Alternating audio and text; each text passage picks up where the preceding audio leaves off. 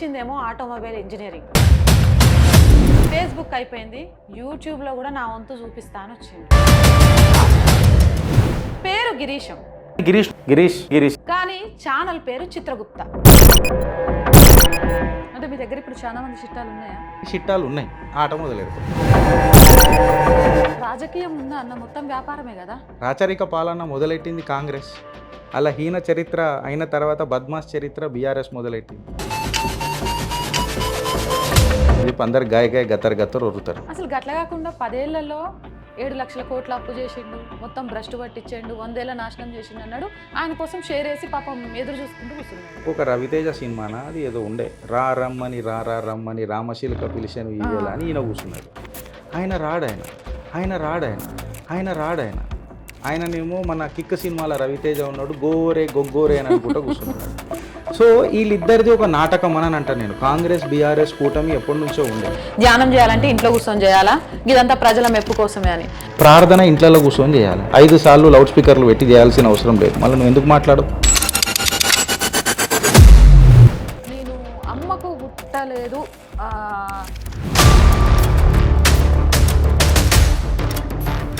అసలు ఆ వీడియోలు page number 24 of Congress manifesto తీసి చదివితే ముస్లింలు మళ్ళీ తులసి చంద్ గారి కళ్ళకి ఇది కనబడదా? ఆమె కళ్ళల్లో కాకులు పొడిచినాయా? మైనారిటీ లేకపోతే సెక్యులర్ అనే పదాలు ఎమర్జెన్సీ ఇది వీళ్ళకు సిగ్గుశరం ఉందా అని అడుగుతా. భారతదేశంలో దేవాలయాలు ఉందా, మసీదులు ఉందా? ఆ కాడికి వస్తే సనాతన ధర్మం అంటేనే ఇట్స్ అన్ ఎటర్నల్ ధర్మ. ఈ ఆర్గ్యుమెంట్లో మనం దిగే కంటే ముందు నీ జాగాలో నువ్వు ఉండు, నా జాగాలో నేను ఉంటా. భారత రాజ్యాంగం అంటే ఈ ఆర్గ్యుమెంట్లో నేను దిగడానికి ఒక కారణం ఉంది. నేను ఈ మధ్య రీసెంట్గా ఒక ఆర్టికల్ చదివా. ఒక గ్రామం అడుగేసి మాదే అంటే అనాదిగా ఆలయాల ధూపదీప నైవేద్యాల కోసం కేటాయించిన భూములు మన ముందే కనుమరుగైపోతుంటే, మాట్లాడలేని దుస్థితిలో భారతదేశంలో మనం బ్రతుకుతున్నామంటే అంతకంటే చావచచ్చుడు ఏదైనా ఉంటుందా? కాంగ్రెస్ వాళ్ళు అని చెప్పి అలా మాట్లాడతారు. నేను ఆ కాంగ్రెస్ కార్యకర్తలను అడుగుతా, సనాతన ధర్మం ఫాలో అవుతున్నా, ఇండియా అలయన్స్ కూటమి మద్దతు తెలుపుతున్నా ఆ ఆత్మలను అడుగుతా, వాళ్ళ ఆత్మ గౌరవం సచ్చిందా అని అడుగుతా. ఈ మాట నేను ఎందుకు అడుగుతానంటే రులా సక్తే బస్ రులానే వాళ్ళ చాయి. ఒక చెంప కొట్టంగానే లాగి 2 చెంపలు బాగా కొట్టే రోజులు వచ్చినాయి, రావాలి కూడా. అట్లయితేనే బతకగలుగుతాం, బ్రతికించగలుగుతాం. నేను ఆ కొట్టుడు రాజ్యాంగం కూడదామని అంట. అదే అంటున్నా. ఫిజికల్ గాయాల కనంటే రాజ్యాంగబద్ధంగా కొడితే తడపడాంచుడు వేరే ఉంటుంది. కిక్కోభ్యాం కిక్కోభ్యహ అని అంటారు కదా, అది ఉండాలి. నమస్తే, వెల్కమ్ టు అవర్ వాయిస్. నేను జర్నలిస్ట్ నవత. ఈ మధ్యకాలంలో ఏడ చూసినా నాకంటే తెలంగాణ భాషలో మొదలు పెడితే కాంగ్రెస్ చిట్టాలిప్పుతూ చేసిందేమో ఆటోమొబైల్ ఇంజనీరింగ్, చూస్తేనేమో మస్తు సంపాదించుకోవడానికి సోర్సు. ఫేస్బుక్ అయిపోయింది, యూట్యూబ్లో కూడా నా వంతు చూపిస్తాను వచ్చిండు. పేరు గిరీశం కథలు మనం చిన్నప్పుడు మస్తు చదువుకున్నాం కదా. కానీ ఛానల్ పేరు చిత్రగుప్త. మరి చిట్టాలు రాయడానికే చిత్రగుప్త అని పెట్టిండా? అసలు ఈ చిత్రగుప్త ఛానల్కి గిరీష్కి సంబంధం ఏంది? ఎందుకు యూట్యూబ్లోకి వచ్చిండు? రాజకీయ నాయకుడు అవ్వాలనుకుంటారా? గిట్నే గతంలో ఒక ఆయన్ని చూసినాం, చాలా మంది చిట్టాలు పెట్టినాం, టైం వచ్చినప్పుడు రిలీజ్ చేస్తాం, ఒక్కొక్కళ్ళ అవినీతి బండారం బయట పెట్టుడే అన్నాడు. తీరా చూస్తే అధికారం కోసమే గివన్నీ చేసిండని పేరు సంపాదించుకున్నాడు. మరి గిరీశం కూడా అధికారం కోసమే గివన్నీ చేస్తాడా? ప్రజలకు నిజాలు చెప్పనీక ఎకరాల భూముల కబ్జాల గురించి చెప్తాడు. ఇక కాంగ్రెస్కి సంబంధించిన A to Z స్కాములన్నీ గుట్టు విప్పుతుండు. ఇవన్నీ కూడా తన స్వలాభం కోసమా లేకపోతే దేశ అభివృద్ధి కోసమా? గిట్ల గిరీష్ అన్న గురించి పాజిటివ్గా ఆలోచించేట వాళ్ళతో పాటు చాలా క్వశ్చన్లు ఉండి అడగలేకపోయిన వాళ్ళు కూడా ఉన్నారు.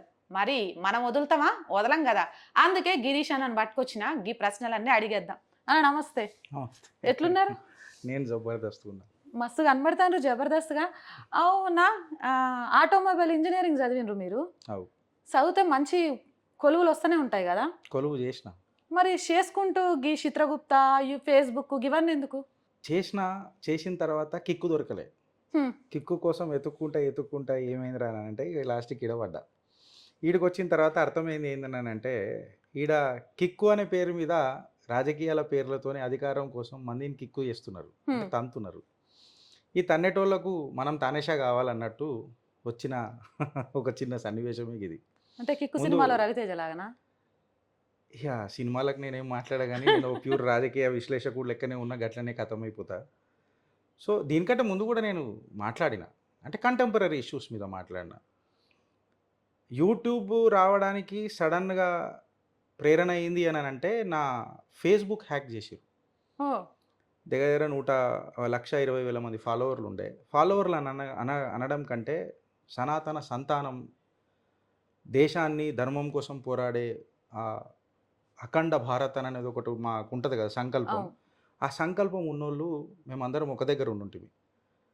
కరెక్ట్ ఎలక్షన్ల కంటే ముందు నాది హ్యాక్ అయింది.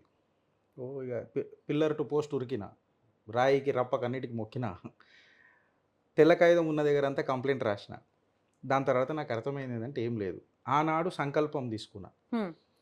మీరు నన్ను దొక్కిరు కదా, నేను మళ్ళీ పైకి లేస్తా అని చెప్పిన. ఇక ఆ రూపంలోనే మా గురువులు ఇరీష్ ఇట్లా కాదురా, జర ఇట్లా ఆలోచిస్తే ఎట్లుంటుంది అని అన్న ఒక ఆలోచన, ఇగో ఈ ఆచరణ. సరే. యూట్యూబ్‌లోకొచ్చిండ్రు. మీ గొంతుకి ఇనిపియాలి అనుకున్నారు. 'చిత్రగుప్త' అంటే గా పేరే ఎందుకు తీసుకున్నారు? ఏమన్నా చిట్టాలు రాస్తాన్రా ఎందుకు కూసోని? అంటే పుణ్యం పాపాలు లెక్క తీస్తాం కదా. ఆ! ఇప్పటిదాకా వచ్చిన వాళ్ళందరూ లెక్కలతో పాటు తిక్క చూపించిపోయారు. ఇప్పుడు మీరే అన్నారు, నేను ఆ! సపరేట్గా చెప్పాల్సిన అవసరం లేదు. అవు. ఈ తిక్కలోళ్ళం మేము కాదు, కేవలం లెక్కలే చెప్తాం. ఎందుకంటే మాకు లెక్కలు జల్దర్థమయ్యేది. మీరే అన్నారు ఆటోమొబైల్ ఇంజనీర్ అన్నారు కదా, అవు. ఇంజనీర్ అంటేనే లెక్కలు. అవు. ఇక లెక్కలు ఉన్నోడే ఇంజనీర్ అవుతాడు.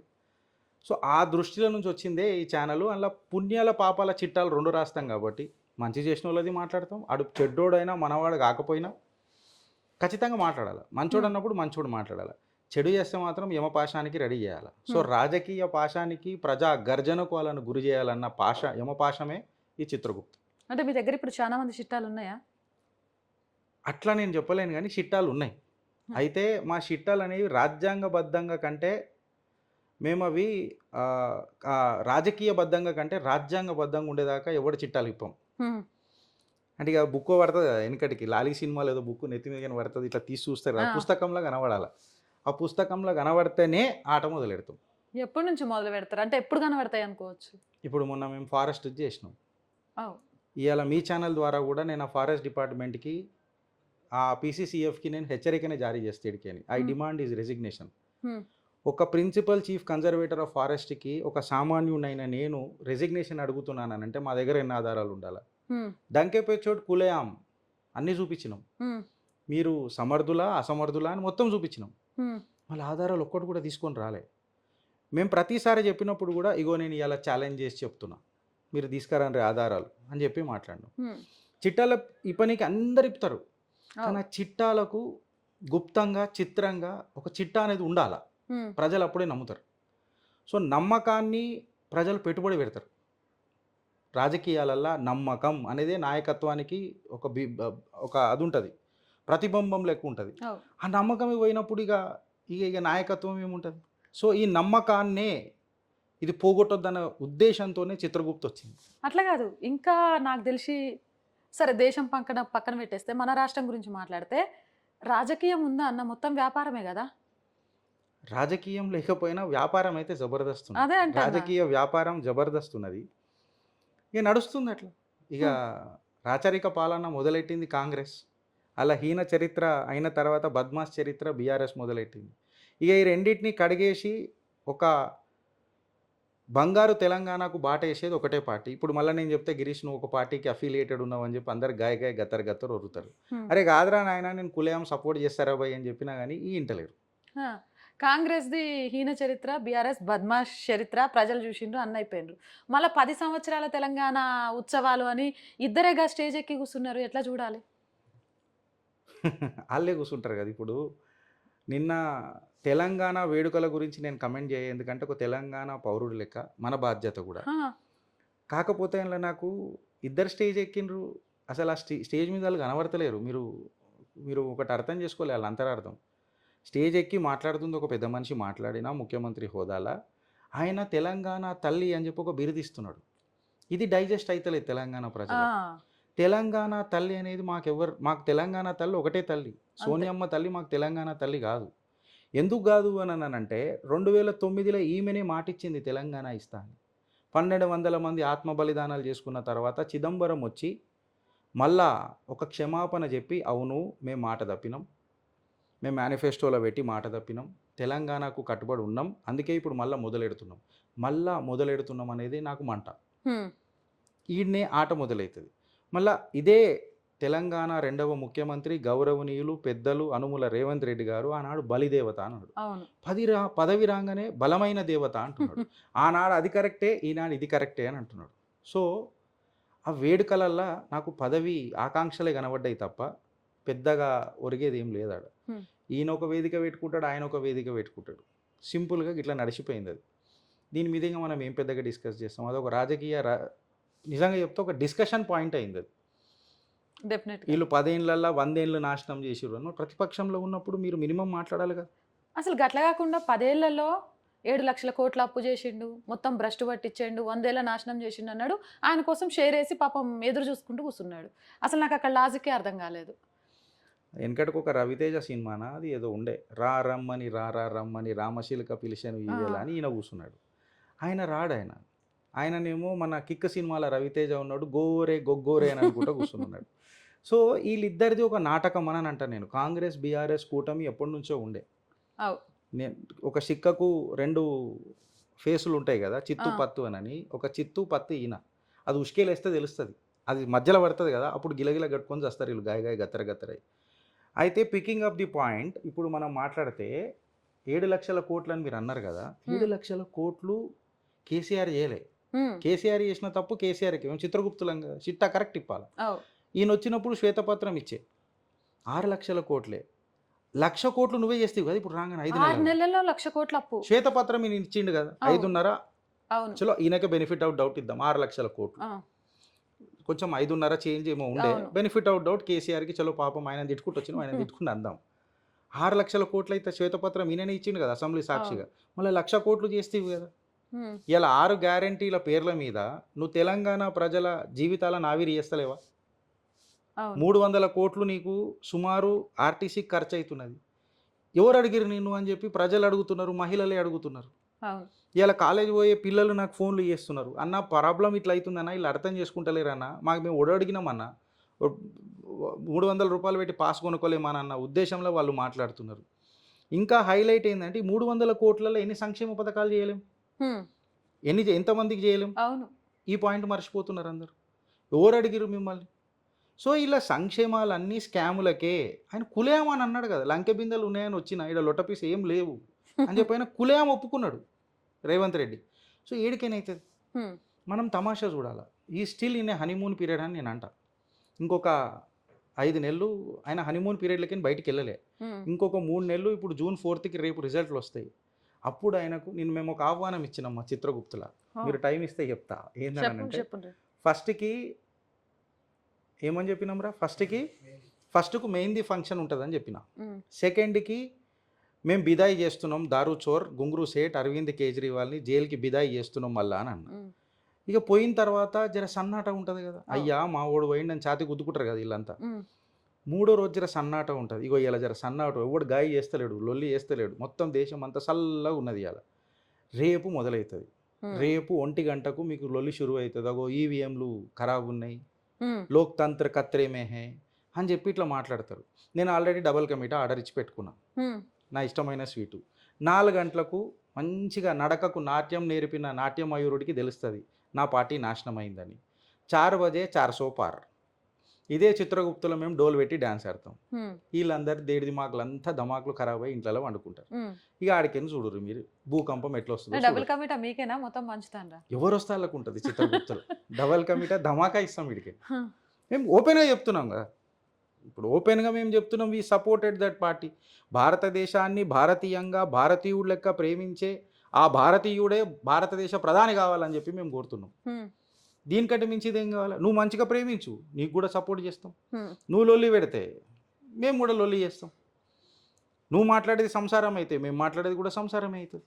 ఇంత క్లియర్ కట్గా చెప్పినాం. మేము 90s సినిమా లెక్క సౌమిని సాంప్రదాయని సుప్పినలం అయితే కాదు. ఇది క్లియర్ కట్ అజెండాతోనే మేము వచ్చినాం. ఓకే. మోదీ గురించి ఈ మధ్య కాలంలో ఖర్గే నుంచి మొదలు పెడితే చాలా మంది చాలా విమర్శలు చేస్తూ వచ్చిండ్రు. ఇక ఒక ఆయన అయితే 10 ఏళ్లలో చాలా దేశాన్ని ఆగం చేసిండు. ఏం అభివృద్ధి చేసిండు? ఉద్యోగాలు ఇచ్చిండా? మతాన్ని అడ్డు పెట్టుకొని లేకపోతే ఆయన ధ్యానం చేయడానికి పోతే కూడా దాన్ని కూడా కాంట్రోవర్సీ చేసే ప్రయత్నం చేసిండు. ధ్యానం చేయాలంటే ఇంట్లో కూర్చొని చేయాలా? ఇదంతా ప్రజల మెప్పు కోసమే అని. అసలంటే మంచిలో కూడా చెడు ఎతికే వీళ్ళను ఎలా చూడాలి? ప్రజలు ఇంకా అర్థం చేసుకోలేరనే భ్రమలో ఎట్లా బ్రతుకుతాండ్రు అనుకుందాం? ప్రజలు అర్థం చేసుకుంటారు కాబట్టి వీళ్ళకు డిపాజిట్లు లేవు. ఇవాళ వీళ్ళు 295 సీట్లు అని చెప్పి నిన్న ఆ రాహుల్ గాంధీ మన డైరెక్ట్ పేరు తీసుకొని చెప్తున్నా. రాహుల్ గాంధీ 295 వస్తాయి అని చెప్పిండు. అసలు వీళ్ళకి ఎట్లా తెలుసు 295 ఎగ్జాక్ట్ వస్తాయని? First question. సెకండ్ క్వశ్చన్, నేను ఆయన కొంచెం మెదడు చిదిమిందని అంట. పాపం ఆయన దెబ్బ బాగా గట్టిగా తాకి ఆయన ట్రాన్స్లో ఉన్నాడు. ఆయనకు అర్థమైతే లేదు రాహుల్ గాంధీకి. ఏందనంటే కాంగ్రెస్ పార్టీ 200 సీట్లలో కూడా పోటీ చేయలేదు దేశం మొత్తంలో. సో 295 వస్తాయని అన్నాడు చూడు, ఆయనకు నేను ఫస్ట్ అది చెప్తున్నా. Second point. థర్డ్ పాయింట్ ఏందని అంటే పాపం కార్గే బలి అవుతున్నాడు. రేపు ఎవరి మీద నూకాలి కదా, ఈ షహజాదా మీదనైతే నూకరు. అవి ఏమైందంటే కార్గేని చూస్తారు వాళ్ళు ఇట్లా. పాపం ఈయన అవు నేనే చేసిన, నాతోనే తప్పైంది అని రిటైర్మెంట్ తీసుకుంటాడు. 85 సంవత్సరాలలో ఇక ఆయనకు ఫ్రిక్షన్ తీసుకుంటాడా? తీసుకోడు. ఇక లాస్ట్ పాయింట్, మోదీ గారు అక్కడ ఇంట్లో కూర్చొని ధ్యానం చేయాలి, బయట కూర్చొని ఎందుకు చేయాలని అంటే ప్రార్థన ఇంట్లో కూర్చొని చేయాలి. 5 సార్లు లౌడ్ స్పీకర్లు పెట్టి చేయాల్సిన అవసరం లేదు. మళ్ళీ నువ్వు ఎందుకు మాట్లాడు? నువ్వు మాట్లాడు, నువ్వు లొల్లి చేయి. చెట్లు నరికేసి నువ్వు పతంగులు ఎగిరేస్తే మాతో లొల్లి అంటావు, పటాకాలు కాలుస్తే మేము మాతో లొల్లి అంటావు, హోలీ చేసుకుంటే ఇదేంది కూన్కి హోలీ అని అంటావు, మా వాళ్ళు కర్వా చౌత్ కూడా చేస్తే ఇదేంది ఫెమినిజం అని అంటావు. మళ్ళీ నువ్వు చెట్లు నరికి చేసి చచ్చిపోయిన చెట్లను ముంగడ పెట్టి కేకులు కట్ చేసినప్పుడు లేదా? నువ్వు ఆడెందుకు మాట్లాడు, మా దగ్గర ఎందుకు మాట్లాడుతావు? నా secularism or to that matter secularism అని అంటే మేము మొత్తం నిన్ను మీదెక్కి తొక్కుతాం, పొడుస్తాం, కానీ నువ్వు ఏమన్నదంటే అది సెక్యులరిజం కాదు. సెక్యులరిజం అంటే నువ్వు నా రాముడిని ఎంత ప్రేమిస్తావో నేను నీ దేవుణ్ణి అంతే ప్రేమిస్తాను. ఇది సెక్యులరిజం. నిన్న ఒక అక్క వీడియో చూసిన, పేరు చెప్పుడు ఎందుకులే కానీ, ఇక ఎందుకంటే ఆమెకు మస్తు ఫ్యాన్స్ ఉన్నారట, ఛానల్లే లేపేస్తుందట, గంత మహానుభావురాలట. ఆమె గురించి తెలుసుకున్నాక తెలిసింది. కొంతమంది పేర్లను తీసి కావాలని మత ప్రాతిపదికన రెచ్చగొడుతున్నారని ఒక గుడ్డేసి వీడియో చేసి, ఒక పెద్ద వీడియో చేసి మోదీ కోసం ఒక సోషల్ మీడియానే పనిచేస్తుంది, కావాలనే టార్గెట్గా చేస్తున్నారు. ఆయనకు తెలుసు ఆయనకి ఏం లేదని, ఎప్పుడు ఏది వాడుకోవాలనేది తెలుసు. ఆవిడ మాట్లాడిన వ్యాఖ్యలు, అందులో ఆవిడ ఒక మాట మాట్లాడిందన్న, నేను అమ్మకు పుట్టలేదు దైవాంశ సంభూతుణ్ణి అని మాట్లాడిండు అన్నట్టుగా. అసలు ఆ వీడియోలు ఎలా చేయగలుగుతారు? అంటే మగవాళ్ళంటే ఎట్లయినా వెళ్ళిపోతారు, తమ అనుకున్న ఫీల్డ్లోకి వెళ్ళాలంటే కొంత భాష విషయంలో మగవాళ్ళు ఉన్నంత రఫ్గా ఆడవాళ్ళు ఉండరు. ఎందుకంటే ఎక్కడో కొంత ఆడతనం అనేది అడ్డొస్తుంది. గడి కూడా వదిలేసి రఫ్ అండ్ టఫ్గా అనే మాట్లాడే విధానం, ముఖ్యంగా మీ గురించి అండ్ కొన్ని కాన్క్లేవ్లో మీతో పాటు శివ వీళ్ళందరూ చేసిన దాని గురించి మాట్లాడుతూ వచ్చింది. ఎందుకు మోడీ టార్గెట్గా ఎలక్షన్స్ రాగానే కొంతమంది పని కట్టుకొని జర్మనీ నుంచి ధ్రువరాజ్ లాంటి వాళ్ళు ఇక్కడ తీసుకొచ్చి చేసి మళ్ళీ ఏదో వాళ్ళు చేసేది పక్కన పెట్టేసి మిగిలిన వాళ్ళంతా కూడా బీజేపీ సోషల్ టీమ్ అనో లేకపోతే ఇంకొకటనో ఇచ్చి ఇలాంటి వాళ్ళను ఎక్కడి నుంచి వస్తున్నాయి? ఇప్పుడు నేను ఒక యూట్యూబర్ అన్నా, నేను ఒక జర్నలిస్ట్, ఒక ఛానల్ నడపాలి అని అంటే తలకిందులు తపస్సు, ఒక ఆఫీస్ కూడా పెట్టుకోలేని స్థితి. కానీ వాళ్ళ దగ్గర ఉన్న అవుట్పుట్ ఫుటేజ్ చూస్తుంటే, ఎడిటింగ్ చూస్తుంటే, వాళ్ళది చూస్తుంటే అసలు ఎలా సాధ్యం రా అనిపిస్తుంది. ఎలా నడుపుతున్నారు? పైగా ఎదుటి వాళ్ళ మీద నిందలు ఎలా వేయగలుగుతున్నారు? రైట్. ఆమె పేరు తులసి చంద్. నేను తీసుకుంటా పేరు తులసి చంద్ గారు. నేను ఒక సభ్యత గల కుటుంబంలో పుట్టిన కాబట్టి చెప్తాను. తులసి చంద్ గారికి ఆమె సగం సగం నిజాలు చెప్పుడు అలవాటు. ఈమెనే కాదు, ఈమెకు ఒక అన్న ఉన్నాడు, ప్రొఫెసర్ నాగేశ్వరరావు. ఇంకా దివాలా తీసిన తమ్ముడు కూడా ఒకడు ఉన్నాడు. ఆయన భారతదేశంలోకి నిలగొడతాడు, జర్మన్ షెపర్డ్ అయ్యి ఆడ బతుకుతున్నాడు. ఆయన పేరు దరిద్ర టట్టి అంటారు, ధ్రువరాటి కాదు, దరిద్ర టట్టి. ఆడు దరిద్ర తట్టిత్వ అని చెప్పి ఒక సపరేట్ ఒక సిద్ధాంతాన్ని స్టార్ట్ చేసిండు. సో మతతత్వం రెచ్చగొట్టి మాట్లాడుతుంది ఆరు మాట్లాడతారు అనని మోడీ గారు అన్నారు కదా. సో తులసి చంద్ గారికి నేను ఏం చెప్తున్నానంటే, ఆమెకి ఇంగ్లీష్ వస్తే లేదా తెలుగు వస్తే, హిందీ వస్తే, page number 24 of Congress manifesto, page number కూడా చెప్తున్నాను, పారాగ్రాఫ్ చెప్పమని కూడా చెప్తా. Page number 24 of Congress manifesto తీసి చదివితే ముస్లింలు జడ్జులు అని అన్నారు. మతతత్వ బీజాలు ఎవడు పెట్టిండు? First point. సెకండ్ పాయింట్, మేము జ్యుడిషియల్ పవర్స్కి వఫ్కి అంటగడతాం, ఇంకా సూపర్ పవర్ఫుల్ చేస్తామని చెప్పి మాట్లాడినరు. మళ్ళీ తులసి చంద్ గారి కళ్ళకి ఇది కనబడదా, ఆమె కళ్ళల్లో కాకులు పొడిచినాయా? ఈ పాయింట్. బ్యూటిఫుల్ పాయింట్ ఇంకొకటి ఏంటంటే సూపర్ పవర్ కమిషన్ పెట్టి రామ మందిర తీర్పుని వెనకకు తిప్పుతాం అని అన్నారు. అవును. మళ్ళీ మా ఆడామినేనా? జన్మనిచ్చిన మా పరంధాము మా మా మా తల్లులకే జన్మనిచ్చిన మా తల్లిదండ్రులకే జన్మనిచ్చిన ఆ నీలమేఘ శ్యాముడి గుడిని నువ్వు మళ్ళొకసారి వెనకకు తీసేస్తానంటే మేము నీరాజనం పడతాం అనుకున్నారా తులసి చంద్కి? అప్పుడు ఇంత పొలైట్ ఉండకపోవచ్చు గిరీష్ అనేటోడు. మహిళ అనే రెస్పెక్ట్ కూడా నేను అప్పుడు ఏమైతే 4 సెక్షన్లు బుక్ అయితే నాకు ఇంట్లో నేను తల్లి కడుపులో ఉన్నప్పుడే 4 సెక్షన్లు చదువుకొని పుట్టిన. సో నాకు కొత్త కాదు సెక్షన్లు అనేది. సభ్యత గల కుటుంబంలో ఉన్నా కాబట్టి ఇట్లా కంట్రోల్డ్ స్టేట్లు ఉన్నా. ఇంకో పాయింట్ మీరు ఏమన్నారనంటే మోదీ గారిని వీళ్ళకి ఎందుకు అంత ద్వేషం, వీళ్ళకి డబ్బులు ఎట్లొస్తాయి? ఇది ఒక పెద్ద సిండికేట్, మీకు అర్థమైతలేదు. ఇప్పుడు నిన్ననే ఇయ్యాలనే మేము చిత్రగుప్తులు ఇయ్యాలి నేను అనుకుంటా, ఈరోజే ఒకటి మేము చెప్పినాం ఏందనంటే మన ఓపెన్ ఏఐ అని అంటాము, చాట్ జీపీటీ పేరునే ఉంటారు మీరు. ఈ సంస్థ బట్టబయలు చేసింది ఇజ్రాయేలీ సంస్థతో చేతులు కలిపి భారత్ ఎలక్షన్లల్లో ఏలు పెట్టి మేము భారతీయ జనతా పార్టీకి యాంటీ ప్రోపగండా చేసినామని చెప్పి వాళ్ళు స్టేట్మెంట్ ఇచ్చారు. ఇక ఇంత పెద్ద సంస్థలు ఇన్వాల్వ్ అయిన తర్వాత డబ్బులు ఉండయా? ఖచ్చితంగా ఉంటాయి. ఈడ మనోడు ఫార్మర్స్ ప్రొటెస్ట్ నడుస్తుంటుంది, డైరెక్ట్ పోయి లండన్లో శామ్ పిత్రోదాతో కనబడతాడు. శామ్ పిత్రోదాకు మన దేశంతో ఇప్పుడు ఏం సంబంధం? George Soros one of the chief executive ఆఫీసరో లేకపోతే ఆమె ఎవరో, ఆమెతోను కూడా మనోడు కలిసిండు రాహుల్ గాంధీ, ఫోటోలు బయటపడ్డాయి. మేమైతే దిందాహాడే పెట్టినాం అవి. ఇక మళ్ళీ ఏం చేస్తున్నావు రాహుల్ గాంధీ, నువ్వు వీళ్ళతో ఎందుకు కలుస్తున్నావు అని చెప్పి మేము డైరెక్ట్ అడిగినాం. దానికి ఇంతవరకు మాకు జవాబులు ఎవరు ఇయ్యారు, కాంగ్రెస్ వాళ్ళ దగ్గర ఉండయి. అందుకే మేము కాంగ్రెస్ ఈయన చరిత్ర అని అంటాం. దిందాహాడే ఛాలెంజ్ చేస్తాం, మీకు జిగర్ల దమ్ముంటే మాకు రిప్లైలు ఇర్రా భయ్ అని అన్నాం. సో ఈ డబ్బులు అనేది కామన్గా వస్తుంది. సో ఇది షార్ట్ కట్లాగా పోతారు వీళ్ళు. ఇలా లాంగ్ టర్మ్ ప్లేయర్లు గారు వీళ్ళు దేశం అనేది వీళ్ళకి పెద్దగా ఏం ఉండదు. వీళ్ళకి కావాల్సింది ఏంటని దేశం కోసం ధర్మం కోసం అనే ముచ్చటనే ఉంటుంది వీళ్ళది. వీళ్ళు చేసేదంతా ధనం కోసం దేహం కోసం అనే సిద్ధాంతం వీళ్ళది. అందులో అగ్రగాములు ఎవరు అని అంటే కాంగ్రెస్ కూటమి. ఆనాటికే నేను ఒక గులాబ్ పువ్వు మీద 1000 ఖర్చు చేసే వాళ్ళ పూలు వాళ్ళ చాచా వాళ్ళ ముత్తాత గులాబ్ పువ్వు కోసం. వీళ్ళు ప్రజలను గులాంలు చేస్తారు ఆ గులాబ్ పూల కోసం. వీళ్ళు పరిపాలన ఏడికైనా అందిస్తారండి? వీళ్ళతో ఎక్స్పెక్ట్ చేసుడే waste. Now coming to the topic, నా వీడియో ఏదైతే వాళ్ళు ఇంటర్ప్రిట్ చేసిరని అన్నారు కదా, ఇప్పుడు మీలాగానే నాకు ఒకళ్ళు క్వశ్చన్ వేసిరు ఆ రోజు, గిరీష్ మల్లయ్యుడు ఇంత నెగటివ్ నడుపుతున్నాడు, వాడిని ఎట్లా కౌంటర్ చేస్తామని అని అడిగాను. ఎట్లా కౌంటర్ చేస్తామని అంటే ఇప్పుడు యూట్యూబ్ పాలసీలలో వాడు కరెక్ట్గా ఉన్నాడు, కాన్స్టిట్యూషనల్గా ఉన్నాడు అని అంటే సరే ఏదైనా బండబూతులు తిట్టిండు అని అంటే వాని మీద యాక్షన్ తీసుకోవచ్చు. వాడు అట్లా ఏం మాట్లాడతలేడు, సగం నిజం మాట్లాడుతున్నాడు. మొత్తం అబద్ధం మాట్లాడితే కేసు వేయవచ్చు, సగం నిజం మాట్లాడేటోనికి ఏం చేస్తాం? ఇప్పుడు ప్రొఫెసర్ నాగేశ్వరరావు ఉన్నాడు ఒక ఫర్ ఎగ్జాంపుల్, ఆయన ఏమంటాడంటే అగో రాజు చాలా మంచోడు, పొద్దుగాల లేవంగానే 4గురికి అన్నం పెడతాడు, 4గురికి బంగారం ఇస్తాడు, చూసుకుంటాడు, ప్రజలను చల్లగా చూసుకుంటున్నా అంటాడు. కానీ రాత్రికి వచ్చి 4గురిని చంపుతాడు అనేది మాత్రం చెప్పాడు. ఈ సంపుడు వాడు కిక్కు అని చెప్పి అసలు తెలిస్తే ప్రజలు ఆయన రాజులకు ఉంచుతారా? ఇగో ఈ సగం నిజం చెప్తారు. వీళ్ళ మీద ఏం కేసులు ఇస్తారు? కేసీఆర్ కూడా సగం నిజాలే చెప్పేట్టుకుంటాయి వెనకటికి.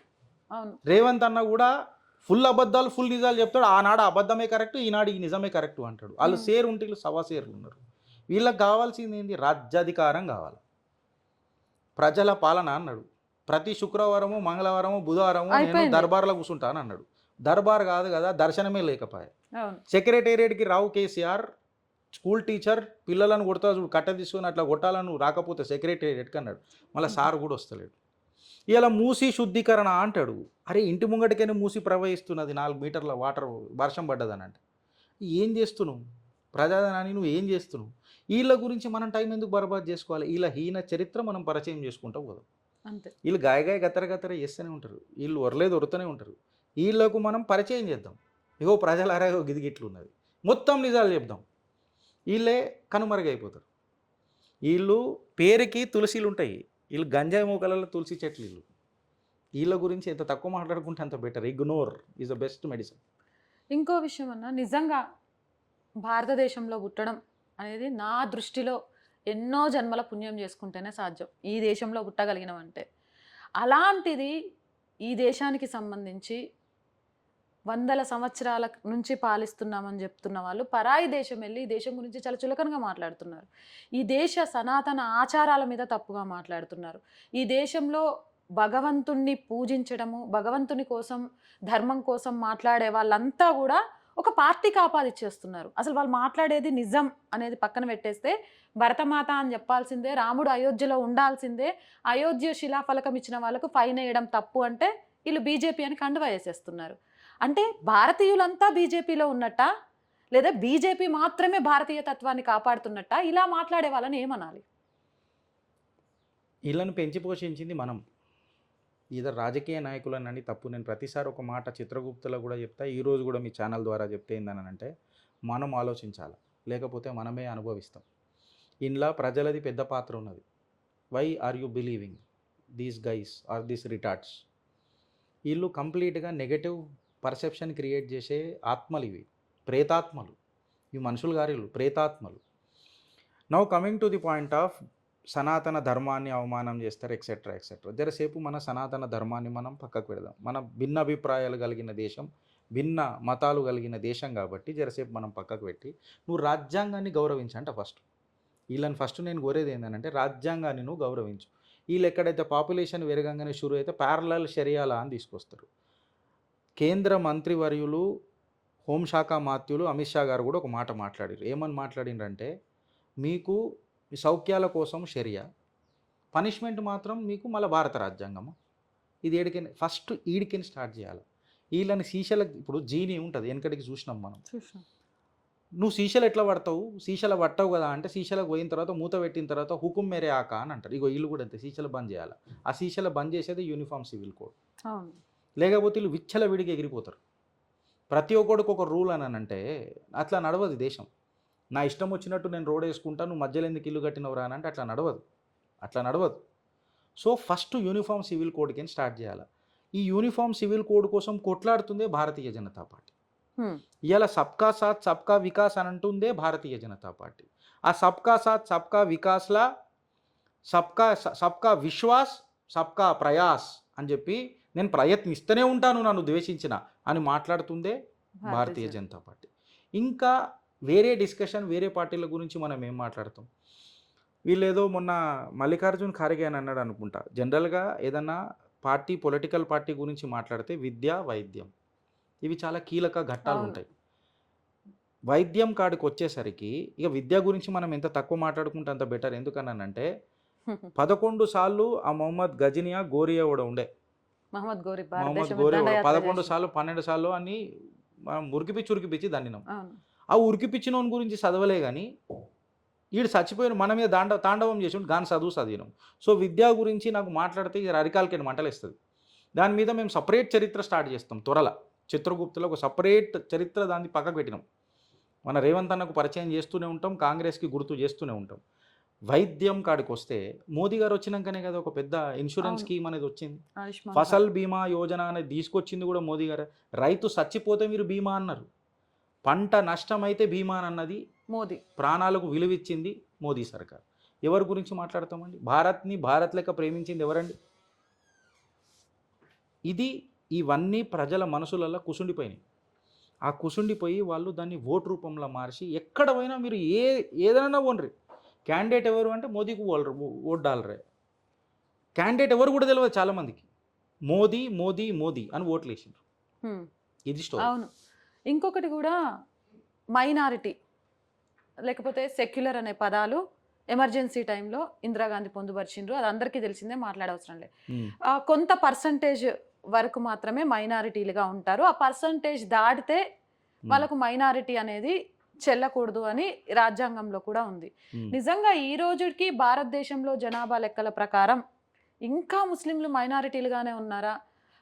ఇంకా వాళ్ళకు మైనారిటీ ముసుగులో అంటే నిజంగానే ముస్లింలు ద్వేషిగా మాట్లాడట్లేదు, కానీ మైనారిటీ ముసుగులో భారతదేశంలో జరుగుతున్న అనేక సంఘటనల గురించి తీసుకుంటే దీన్ని ఏమంటారు, ఒకసారి లెక్కించి మెజారిటీగా అయిపోయారు ఈ మైనారిటీ రిజర్వేషన్లు అంటూ ఇంకా వాళ్ళకు ప్రాపగండా చేయాల్సిన అవసరం లేదు అనే విధానం భారతదేశంలో వచ్చే అవకాశం ఉందా? ఫస్ట్ ఆఫ్ ఆల్ మీరు రెండుట్లా ఒక అభిప్రాయంలో ఒక దగ్గర ఆగిపోవాలి. You need to choose.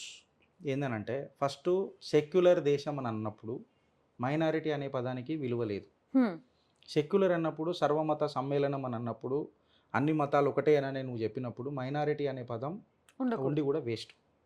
So అది మనం డిస్కస్ చేసి కూడా వేస్ట్. ఎందుకనంటే ఇక వీళ్ళందరూ చెవిటోని ముంగట శంఖమూపి ఫాయిదా ఏమైనా ఉన్నదా? అస్సలు ఉండదు. ఈ చెవిటోళ్ళ ముంగట శంఖమూపి మనకు ఫాయిదా లేదు. సో ఫస్ట్ ఆఫ్ ఆల్ వీళ్ళకు సెక్యులర్ అంటే తెలియదు, మైనారిటీ అంటే తెలియదు. And coming to your second point, మతతత్వ రిజర్వేషన్లు. కాంగ్రెస్ ఇలా ముత్తాత స్టార్ట్ చేసిండు కదా, పూల్వాలా చాచా, అవును. చాచా నెహ్రూ అని అంటే, చాచా అని అనం కానీ పూల్వాలా చాచా అని మేము ముద్దుగా పిలుచుకుంటాం. నెహ్రూ గారే స్వయాన చెప్పిండు ఏందనంటే మతతత్వ రిజర్వేషన్లు అనేది ఉండొద్దు, అసలు రిజర్వేషన్లు కూడా భారత పౌరులను ఒక సెకండ్ గ్రేడ్ థర్డ్ గ్రేడ్ సిటిజన్ల లెక్క వేసేస్తే మెరిట్ అనేది చాలా ఇంపార్టెంట్ అని చెప్పిండు.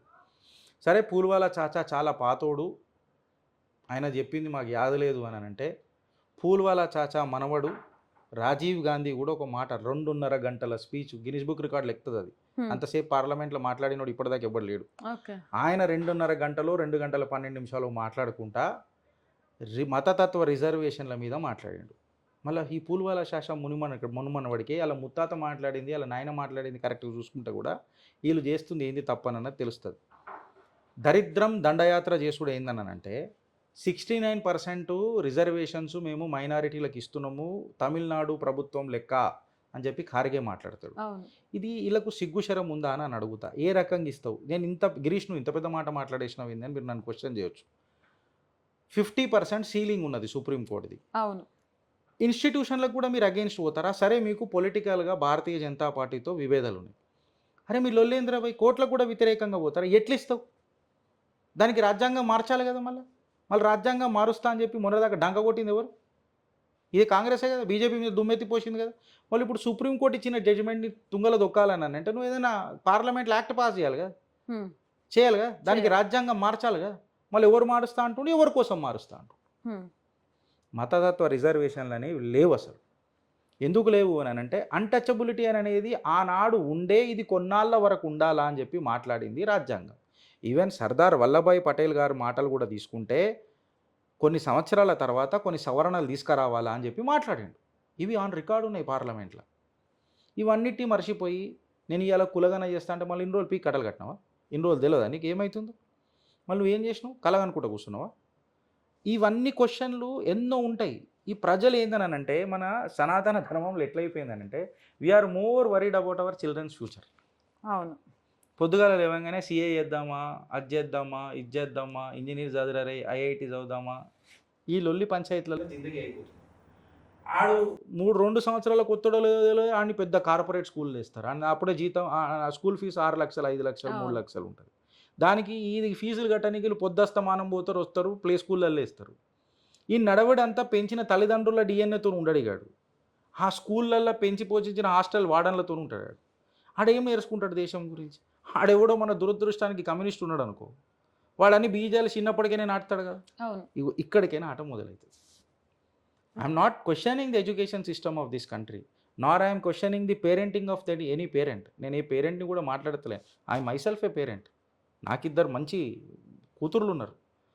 బట్ నువ్వు టైం ఎంత స్పెండ్ చేస్తున్నావు దేశాని కోసం? 2 గంటలు మాట్లాడలేవా ఇంట్లో? నువ్వు ఎంతైనా బిజీ ఉండు, 2 గంటలు నువ్వు మాట్లాడకపోతే ఎట్లా? అరే గీడి చేస్తుండే తప్పు, గీడి చేస్తు నాకు ఇంట్లోనే లొల్లు ఉంటుండే. దురరాటి కానీ వీడియోలు మా ఇంట్లోనే చూస్తారు. నాకు లొల్లి ఇంట్లోకైనా స్టార్ట్ అవుతుంది. నాకు ఇంట్లో ఇల్లు గెలిచి రచ్చ గెలవాలి కదా. నేను బయటంతా హీరో అయిపోయి ఇంట్లో జీరో అయిపోతే ఎట్లా? గరికి మురికి దాల్ బరాబర్ లెక్కనైతే ఉండలేం కదా. కన్విన్స్ చేసుడు స్టార్ట్ చేయాలి. ఆర్గ్యుమెంట్ ఎప్పుడైతుందండి నవత గారు? ఇప్పుడు ఒక మాట అడిగితే మీకు నాకు విభేదాలు వస్తే మీరన్నా నన్ను కన్విన్స్ చేయాలా, నేనన్నా మిమ్మల్ని కన్విన్స్ చేయాలా? లేకపోతే జీవితాంతం మీద కొట్టుకుంటామా? ఇది అంతే. ఈ 2 టాపిక్లలో కావాలి కదా. ఈ డిస్కషన్ ఏడైంది మన దగ్గర? నాకు ఒక డౌట్ అన్న, భారతదేశంలో దేవాలయాలు ముందా, మసీదులు ముందా? ఈ క్వశ్చన్ చాలా సందిగ్ధం. ముందు అని చెప్పి నేను మాట్లాడా, ఎవరి మతం వాళ్ళ గొప్ప అని చెప్పి నేను అంట. ముందు వెనక అనేది మాట్లాడా. ఆ కాడికి వస్తే సనాతన ధర్మం అంటేనే ఇట్స్ అన్ ఎటర్నల్ ధర్మ విచ్ హాస్ నో ఆది నో అనంత్. సో ఈ ఆర్గ్యుమెంట్లో మనం దిగే కంటే ముందు నీ జాగాలో నువ్వు ఉండు, నా జాగాలో నేను ఉంటా. భారత రాజ్యాంగం. ఈ ఆర్గ్యుమెంట్లో నేను దిగడానికి ఒక కారణం ఉంది. సనాతన ధర్మం మీద ఏర్పడ్డది భారతదేశం అని నేను నమ్ముతా. మరి అలాంటి సనాతన ధర్మం మీద ఏర్పడ్డ ఈ భారతదేశంలో దేవాలయాలకు లేని హక్కు మసీదులకు, వక్ఫ్ బోర్డులకు ఎందుకు? దాన్ని ఎత్తేయాలి అని బీజేపీ అయినా పూనుకుంటుందా? అలా నేను ఈ మధ్య రీసెంట్గా ఒక ఆర్టికల్ చదివా. కర్ణాటకలో ఒక గ్రామం వక్ఫ్ బోర్డుదేనట. తమిళనాడులో అది. సారీ, కర్ణాటక తమిళనాడు. తమిళనాడు ఒక గ్రామం అడుగేసి మాదే అంటే అనాదిగా ఆలయాల ధూపదీప నైవేద్యాల కోసం కేటాయించిన భూములు మన ముందే కనుమరుగైపోతుంటే, మాట్లాడలేని దుస్థితిలో భారతదేశంలో మనం బ్రతుకుతున్నామంటే అంతకంటే చచ్చుడు ఏదైనా ఉంటుందా? ఇప్పుడు ఇలా నేను యాంకర్ అయితే మీరు గెస్ట్ కావాలి ఈ క్వశ్చన్కి. ఎందుకనంటే ఈ ప్రశ్న ప్రజలకు నేను సమాధానం చెప్పగలుగుతా. గిరీష్ గారు లెక్చర్ ఇస్తాడు, మంచిగా ఇస్తాడు, ఫిలాసాఫికల్ లెక్చర్లు మంచిగా ఇస్తాడని అంటారు. నేను ఫస్ట్ క్వశ్చన్ ప్రజలను ఏం అడుగుతానంటే, నీ కెరియర్, నీ ఎక్సెల్ షీట్లు, నీ పవర్ పాయింట్ ప్రజెంటేషన్లు చెప్పి నీ బాస్కి ఇచ్చి జీతాలు పెంచుకొని పిఎంఎస్ అంటాం కదా మనం, పర్ఫార్మెన్స్ మేనేజ్మెంట్ సిస్టమ్. ఇది చేయనీకే 24 గంటలు 365 డేస్ పనిచేస్తావు కదా. అసలు నీ జీతాన్ని, నీ జీవితాన్ని గుంజుకునే చట్టాలు పార్లమెంట్లో పాస్ అవుతున్నాయి. నువ్వు ఎన్నడన్నా నాడికి తీసి చూసినావా?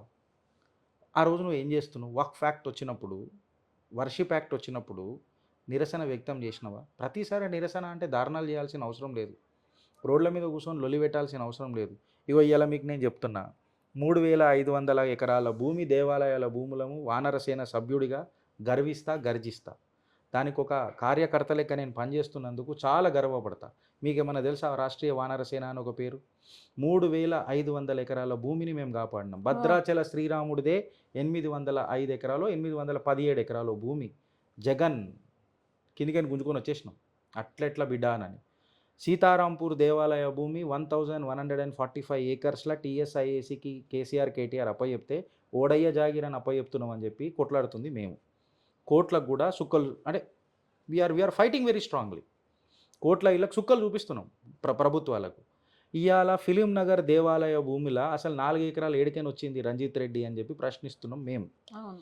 సో మూవ్ బంద్ కామ్ చాలు అంట నేను. ఈడ మనం లొల్లి పెట్టాల్సిన అవసరం లేదు, రిజల్ట్స్ విల్ స్పీక్.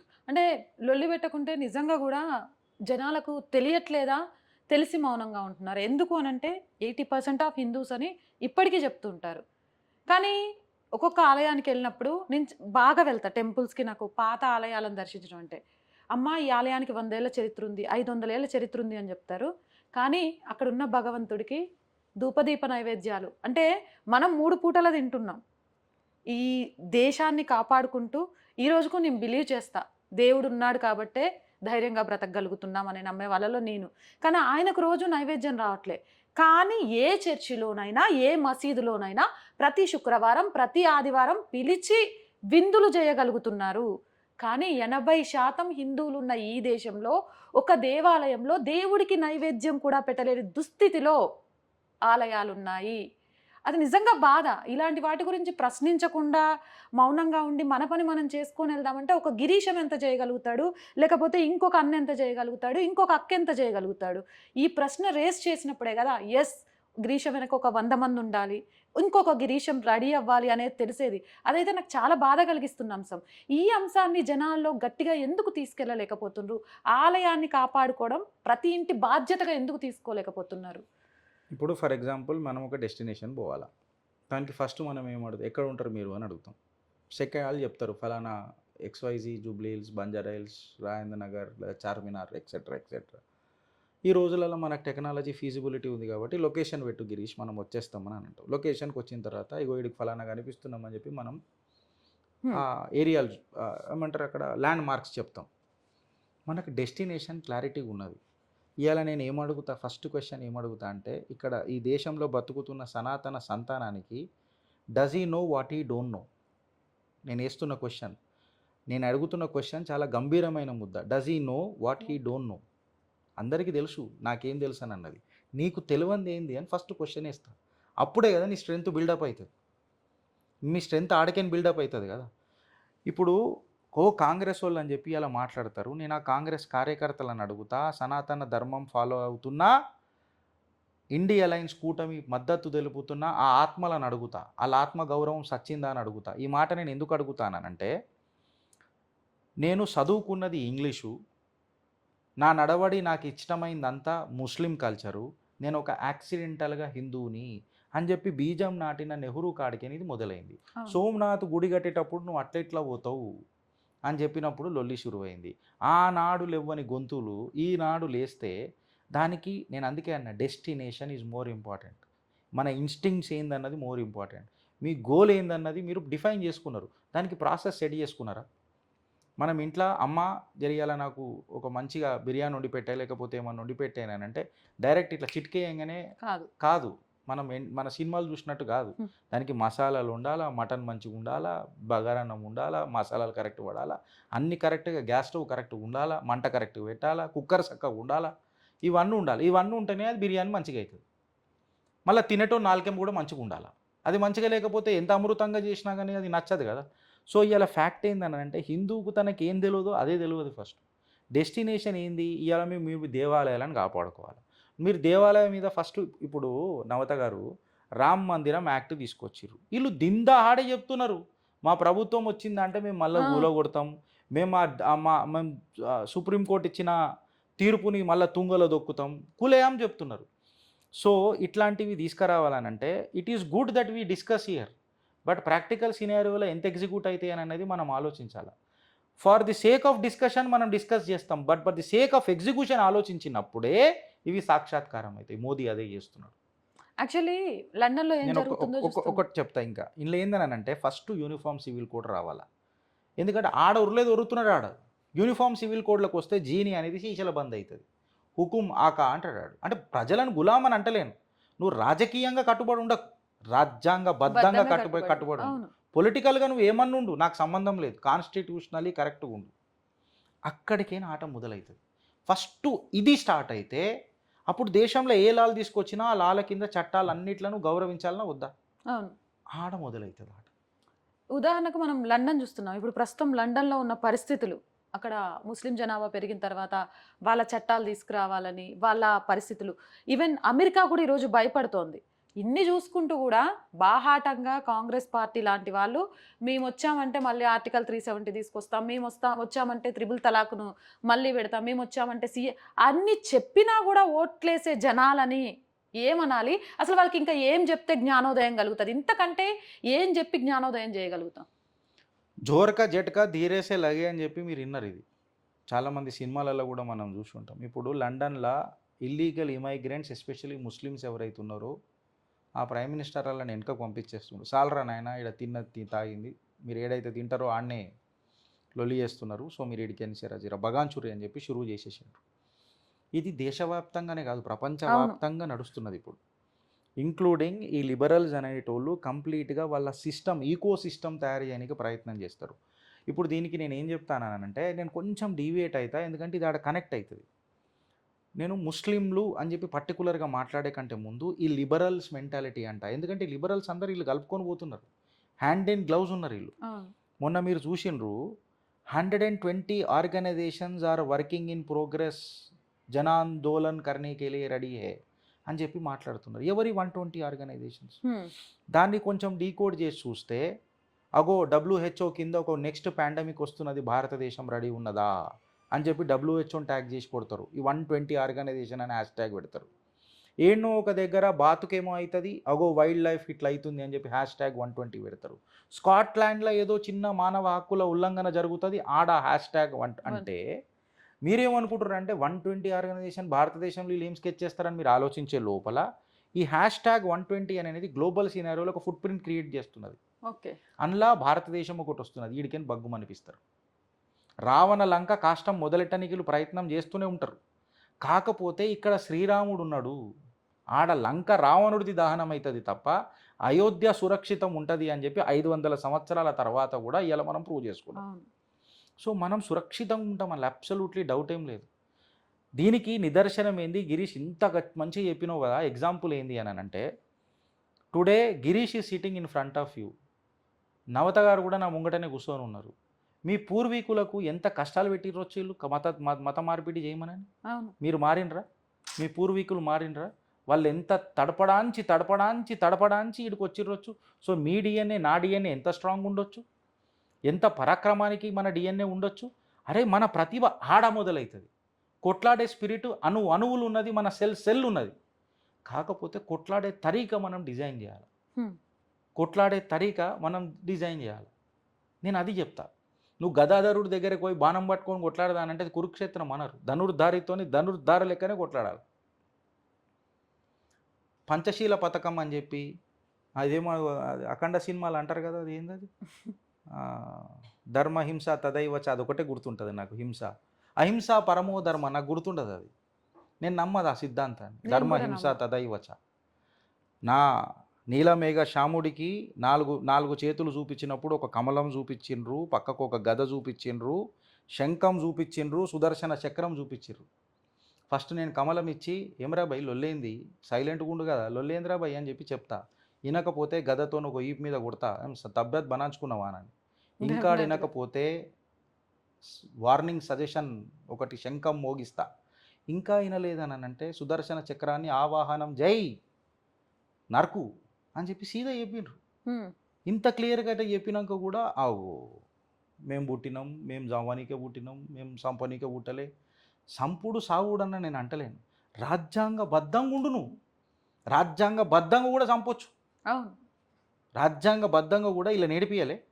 15 మినిట్ల ఖతం చేస్తానన్నోడు ఓ లొల్లి పెట్టిండు, ఆమె కూర్చున్నాయి ఆమె కూర్చున్నాయి కరసకి అని లొల్లి పెట్టిండాడు.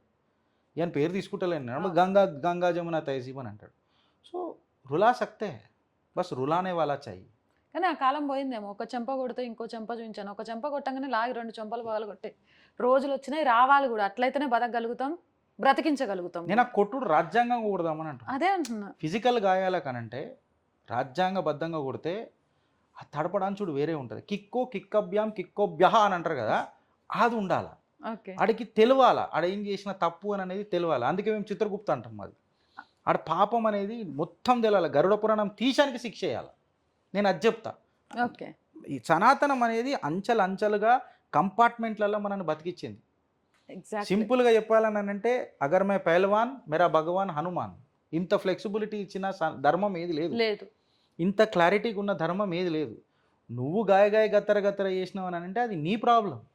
నీ అవగాహన శక్తి, నీ పెంపక శక్తి గింతే, నువ్వు గింతే. ఇక నిన్ను ఎవడు మారుస్తాడు రవి, నిన్ను ఎవరు మారుస్తాడు? ఫ్రిక్షన్ ఎందుకు తీసుకోవాలా?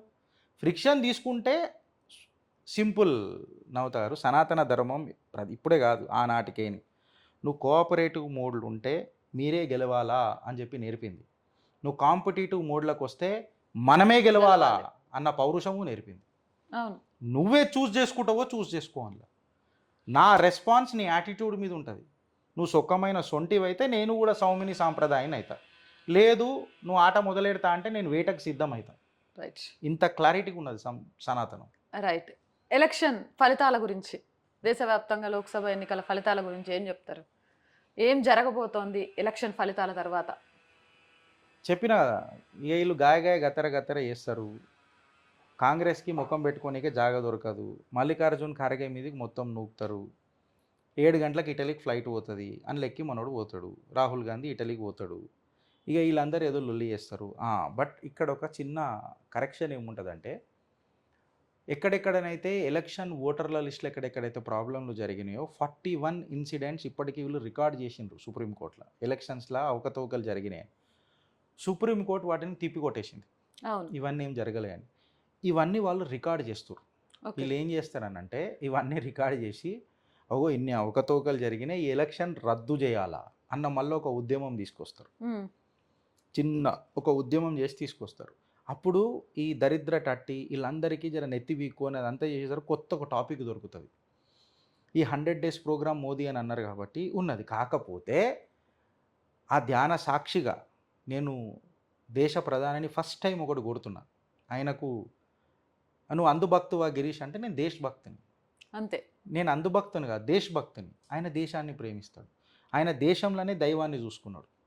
సింపుల్గా దేశాన్ని ప్రేమించిండు కాబట్టి ఆయనకు ఆ దైవం కూడా ఛాన్స్ ఇచ్చింది. నా ప్రాణ ప్రతిష్ఠ నువ్వు జైరబయ్యనని ఆయనకు ఛాన్స్ ఇచ్చింది. సో ఆ దేశాన్ని ప్రేమించే ఆ భక్తుడికే నేను దేశభక్తుడు అంట. నువ్వు నన్ను అందుభక్త అని అనుకుంటే కనుక్కో, నాదేం పోయింది, నీ సావు నువ్వు సావు, నాదేం పోయింది, నాకేం పెద్ద ఫరక్ పడదు. వీళ్ళందరూ లొల్లి చేసుడు షురూ చేస్తారు. వీళ్ళు ఏం చేస్తారు, ఎలక్షన్లు రద్దు చేయడానికి పిటిషన్లు వేస్తారు. తర్వాత ఈయననే ఒక మాట అన్నాడు, నేను అది ఎలక్షన్ మోదీ గారు మీరు అన్నారు అది మోదీకా గ్యారంటీ కావాలి అని అడుగుతా. ఇలా ఫస్ట్ టైం నేను దేశ ప్రధానిని కోరుతున్నా, మోదీకా గ్యారంటీ बनना चाहिए. शायद अभी मैनिफेस्टो में अब लगा नहीं सकते, अभी वो वक्त गुजर गया, but at least it should be a guarantee of Modi. ఏందనంటే ఎవడెవడైతే దేశాన్ని విడగొట్టాలని చూసిండో, ఎవడెవడైతే బీజాలు విష బీజాలు నాటినరో, రాజ్యాంగాన్ని మారుస్తున్నారు అని చెప్పి ప్రజలను మోసం మభ్యపెట్టినరో, చేసిండు. మైనారిటీ మెజారిటీ అనే తత్వాన్ని తీసుకొచ్చిండ్రో, ఇలా తపస్సును భంగం చేసే ప్రయత్నం మొదలు కావాలి. అవును. ఆయన ఏమనన్నాడు, నేను నోరిప్పితే 7 జన్మల పాపాలు గడుగుతాం ఇవి అని అన్నాడు. అవును. అది జరగాలి. సాక్షాత్కారం చెయ్యాలి మోదీ గారు అని అడుగుతాం. సెకండు, నేను ఆట మొదలెడితే భూకంపం వస్తుంది అని అన్నాడు. వీళ్ళకు భూమే దొరకొద్దు అని అంట నిలబడేదాకా. ఇది జరగాల ఈ దేశంలో అని అంట. ఈ థర్డ్ టర్మ్ చాలా ఖతర్నాక్ ఉంటుంది మోదీ గారిది అని చెప్పి నేను భావిస్తున్నా. భవిష్యవాణి చెప్పనీకి ప్రయత్నం చేస్తాను. నేను కూడా అంటే చాలా గర్వంగా ఫీల్ అవుతా ఒక్కొక్కసారి. ఎప్పుడైనా బై ఫ్యూచర్ నేను ముసలాం అయిపోయినాక మోదీ గారి హయాంలో యాజ్ ఎ జర్నలిస్ట్గా నేను వర్క్ చేశాను, ఆయన గురించి చెప్పాను అని. ఎందుకు అనంటే చాలామంది ప్రధానుల గురించి పుస్తకాల్లో చదివాను, తెలుసుకున్నాను. కానీ దేశమే నా కుటుంబం, దేశానికి మించి నాకు ఏదీ లేదు, నేను ఉంటానా పోతానా నాకు తెలియదు, కానీ నా దేశం ఎవరెస్ట్ శిఖరం అంత ఎత్తులో ఉండాలి అని కోరుకున్న ఏకైక ప్రధానిని నేను మోదీ గారినే చూశాను. అందులో చెప్పడంలో ఎవ్వరికీ సందేహం లేదు. ఇక అనుకునే వాళ్ళకు మీరు అన్నట్టు వాళ్ళ కర్మ. ఇక ఇప్పుడు కొంచెం మీ గురించి ప్రశ్నలు చివర్లో. అసలు గిరీశం అన్న ఎక్కడోడు, ఏంది, ఫ్యామిలీ ఏంది, గంత చదువు చదివి ఇందులోకి ఎందుకు వచ్చిండు? నేను చదివింది పెద్ద ఎవరు చదవలేదు కానీ నేను నార్మల్ ఇంజనీరింగ్ చేసిన. పుట్టి పెరిగింది, నేను పుట్టింది నిజామాబాదు. మా అమ్మ గాజులపేట నిజామాబాద్ చెందిన ఆమె. మా నాన్న హైదరాబాదే, పాత బస్తీ లాల్ దర్వాజాలో పుట్టి పెరిగిన వాళ్ళం. చదువు అంతా ఈయనే అయింది, హైదరాబాద్లోనే అయింది నాది. ఇంజనీరింగ్ రీత్యా నేను ఆటోమొబైల్ ఇక్కడ లేకుండే అప్పుడు మా టైంలో 1999-2003 బ్యాచ్ నాది. ఇక్కడ లేకపోతే ఇంజనీరింగ్ అంటే ఇప్పుడు మీరు చూసే ఉంటారు, స్పెసిఫిక్ ఉంటారు. నేను మాస్టరే అన్నిట్లో చేయాలని మనకు లేదు, అందులో చేయలేము కూడా. సో ఆటోమొబైలే చేయాలని నాకు ఉండే. అది గుల్బర్గాలో ఉండే. నాకు అది హైదరాబాద్కి ఏం దగ్గర, అంటే 2 గంటలు 5 గంటలు బస్ ఎక్కితే దిగేటట్టు అని అన్నది. ఏమో నాన్న నన్ను అట్లా చూస్ చేసుకుని ఆడాడేం పోతావురా భయ్ అని చెప్పి గుల్బర్గాలో నువ్వు చేస్తావు అంటే చేస్తాను అన్నాడు. అమెరికా పోదాం అనుకున్నాం, ఒక్కటే కొడుకును కాబట్టి పోనీయలే. ఈయనే ఉండు, ఏం చేస్తావు ఈయనే, నువ్వు ఏం కట్టలు కడతావు ఈయనే కట్టు అని అన్నాడు. సో అట్లా నడిచింది. నా స్కూలింగ్ కూడా హైదరాబాదే. ఇంజనీరింగ్ అయిపోయిన తర్వాత కొంచెం సొంత కాళ్ళ మీద మనమే నిలబడాలన్నది ఒకటి ఉండే. డీలర్షిప్లో జాయిన్ అయినా. ఓకే. చిన్న డీలర్షిప్లో జాయిన్ అయినా. దాని తర్వాత హోండా కంపెనీ నన్ను సెలెక్ట్ చేసింది, డైరెక్ట్ కంపెనీ సెలెక్ట్ చేసింది. జోనల్ హెడ్ అయినా.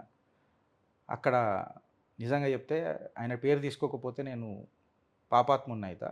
నా టాలెంట్ని చూసి ఆయననే తీసుకుని శ్రీవత్స అని. ఓకే. ఆయన నన్ను చూసి అరే నువ్వు ఈడ పని చేయాల్సినోడు కాదురా భయ్ అని చెప్పి తీసుకొని వచ్చిండు. హోండాలో జోనల్ హెడ్ చేసిండు. ఇక తర్వాత కొన్ని రోజులు సౌత్ అమెరికా అక్కడక్కడ బజాజ్ ఇంటర్నేషనల్ కంపెనీలో పనిచేసిన. ఇక హోండా కంపెనీ తర్వాత డిసైడ్ అయినా, అంటే చేస్తే ఇండియన్ కంపెనీలలో చేస్తా, ఇక వెస్టర్న్ కంపెనీలలో చెయ్య, మన పైసలు మన దేశం అని అన్నట్టు ఒకటి ఆ ఫీలింగ్ ఉండే. నాన్న కూడా బాల స్వయం సేవక్. సో మేము కూడా శాఖలలో తిరిగిన వాళ్ళమే, చేసిన వాళ్ళమే. నాగుల్చింత శాఖలలో మేము తిరిగిన వాళ్ళమే. సో ఆ భావాజాలాలు చిన్నప్పటికైనా జర గట్టిగానే ఉండే. ఇక అట్లనే నడిచినాయి. మా నాన్న హైకోర్టులో ఒక క్లాస్ 1 మంచి ఆఫీసర్ ఉండే, రిజిస్ట్రార్ ఉండే. తల్లి కడుపులో ఉన్నప్పుడే సగం లా నేర్చుకున్నా, ఇంజనీర్ తర్వాత అయినా. అట్లా నడిచింది జీవితం. మహీంద్రా వేరే ఒక కంపెనీలో పనిచేసిన. అట్లా ఇక ఇప్పుడు మేము ముంగట నిలబడ్డాం. ఓకే. వదిన, పిల్లలు, family? I have a younger sister. Okay. తను కూడా ఇప్పుడు ఇండియాలోనే సెటిల్ అయిపోయింది. మా బావగారు కొన్ని రోజులు యూఎస్లో ఉండే, ఇప్పుడు ఆయన ఇక్కడ వచ్చేసిండ్రు. My wife is a HR. తను కంపెనీలో పనిచేస్తారు. And I cannot say my mother is a housewife because ఆమె పెద్దగా చదువుకోకపోయినా but she's too very business oriented ఉండే. తను వేరియస్ బిజినెస్లు కూడా చేసింది. I will definitely say she is not a housewife. ఆ రోజులలో కూడా తను ఏమంటారు కష్టపడి మా నాన్నకు సహాయం అందించుట్లా ఆ స్పిరిట్ అనేది మాకు డెవలప్ చేసింది. ఇన్ఫ్యాక్ట్ మా అమ్మనే కొంచెం ఆ బిజినెస్ మెంటాలిటీకి నాకు స్ఫూర్తి. మా నాన్న కొంచెం ఆర్థోడాక్స్ టైప్, కొంచెం అరే చదువుకోరా రే లేదు బాగుపడవురా బాయ్ ఆ టైప్. ఎందుకంటే ఆ నేచర్లో మా నాన్న. బట్ ఈరోజు నాకు ఎవరన్నా ఫస్ట్ గురువు ఎవరన్నా ఉన్నారు అని అంటే అది నా తండ్రి. నేను ఫస్ట్ ఏదైనా మాట్లాడినా ఏదైనా చేసినా దాన్ని స్క్రూటినీ చేసి నాకు చెప్పడంలో కానీ ఇది రాజ్యాంగం, ఇది రాజ్యాంగబద్ధం కాదు అని నాకు నేర్పడంలో కానీ, అట్లీస్ట్ ఇంత నా లోపల కాన్ఫిడెన్స్ నింపడంలో నా గురువు, ఫస్ట్ గురువు మా నాన్న. సెకండ్, నాకు సంఘ్ పరివార్లో కూడా మంచి సంబంధాలు ఉన్నాయి. నన్ను తీర్చిదిద్దిన గురువులు వాళ్ళు. నన్ను ఒక మా నాయన నాకు జన్మనిచ్చిండు, మార్కెట్లో అంటే బయట ఇడిచిపెట్టిండు, ఇట్లా బతుకురా అని చెప్పిండు. బట్ ఆ బతుకుకు నాకు పదును చేసింది కొంతమంది నా గురువులు. ఇట్లా షార్ప్ ఒకటి ద్రోణుడు అని అంటారు కదా, సో నేను ఎంతోమందికి ఒక ఏకలవ్య శిష్యుడు లెక్క అయిపోయినా. ఆడికేని నా లైఫ్ ఇట్లా మొదలైంది. కంపెనీలో పనిచేసినప్పుడు కూడా నా ప్యాషన్ ఇదే ఉండే. కొన్ని ప్రమోషన్లు కూడా ఆపుకున్నా. ఈ రాజకీయ ఇది అంటారు కదా, ఈ లొల్లి అంటాం కదా, మా ఇంట్లో ఇది లొల్లే ఉండే ఒకప్పుడు. ఓకే. దీనికోసం ప్రమోషన్ ఆపుకుంటావా అని అన్నట్టు ఉండే. ఆ ప్యాషన్ ఉన్నది, ఆపుకున్నాం. అట్లా ఆపుకొని కూడా వచ్చినప్పుడు నా కుటుంబం కూడా నాకు సపోర్ట్ చేసింది. I should thanks to my friends. నాకు మస్తు సపోర్ట్ చేసారు నా ఫ్యామిలీ. అండ్ ఇన్కంప్లీట్ ఉంటుంది నా వైఫ్ పేరు తీసుకోకపోతే. గిరీష్, నీ ప్యాషన్ ఇది ఉంది కదా, నువ్వు ఉన్నావు కదా ఇంట్లో, నువ్వు చెయ్యి అని ఆమె ఒక మాట అన్నది. కారం తక్కువ తిందాం, ఎందుకు టెన్షన్ పడుతున్నావు, గ్రేట్, నువ్వు ఎందుకు టెన్షన్ పడుతున్నావు, నువ్వు ప్యాషన్ ఉంది కదా పర్సూ చేయి, దాని గురించి మనం ఆలోచిద్దాం. అండ్ మోర్ ఓవర్ మా నాన్న నాకు ప్రతిసారి ఒక మాట చెప్తాడు, హానెస్టీకి వాల్యూ ఉంటుంది గిరీష్, హానెస్టీకి వాల్యూ ఖచ్చితంగా ఉంటుంది. నువ్వు అందులో డౌట్ పడకు, లేస్తావు ఖచ్చితంగా. ఏదో ఒక రోజు ఆ వ్యాక్యూమ్ అనేది బాగున్నది, నువ్వు అందులోనే కొట్లాడడానికి ప్రయత్నం చేయ తప్ప షార్ట్ కట్స్ పోకు అంతే. సో సింపుల్గా చెప్పాలనంటే గల్లీ రోడ్లు జల్దీ పోతాయి, కానీ మన బండి 200 కిలోమీటర్ స్పీడ్ పోతున్నప్పుడు అది అవుటర్ రింగ్ రోడ్ మీద మజా వస్తుంది. ఈ గల్లీలకైనా అవుటర్ రింగ్ రోడ్ ఎక్కే ప్రయత్నమే ఇగో ఈ చిత్రగుప్త్. ఓకే. సో ఇక నెక్స్ట్ ఏం చేస్తుంది అని అనేది చూద్దాం. అంటే చిత్రగుప్తతోనే ఆగిపోతాడా గిరీష్, రాజకీయ నాయకుడిగా మారతాడా?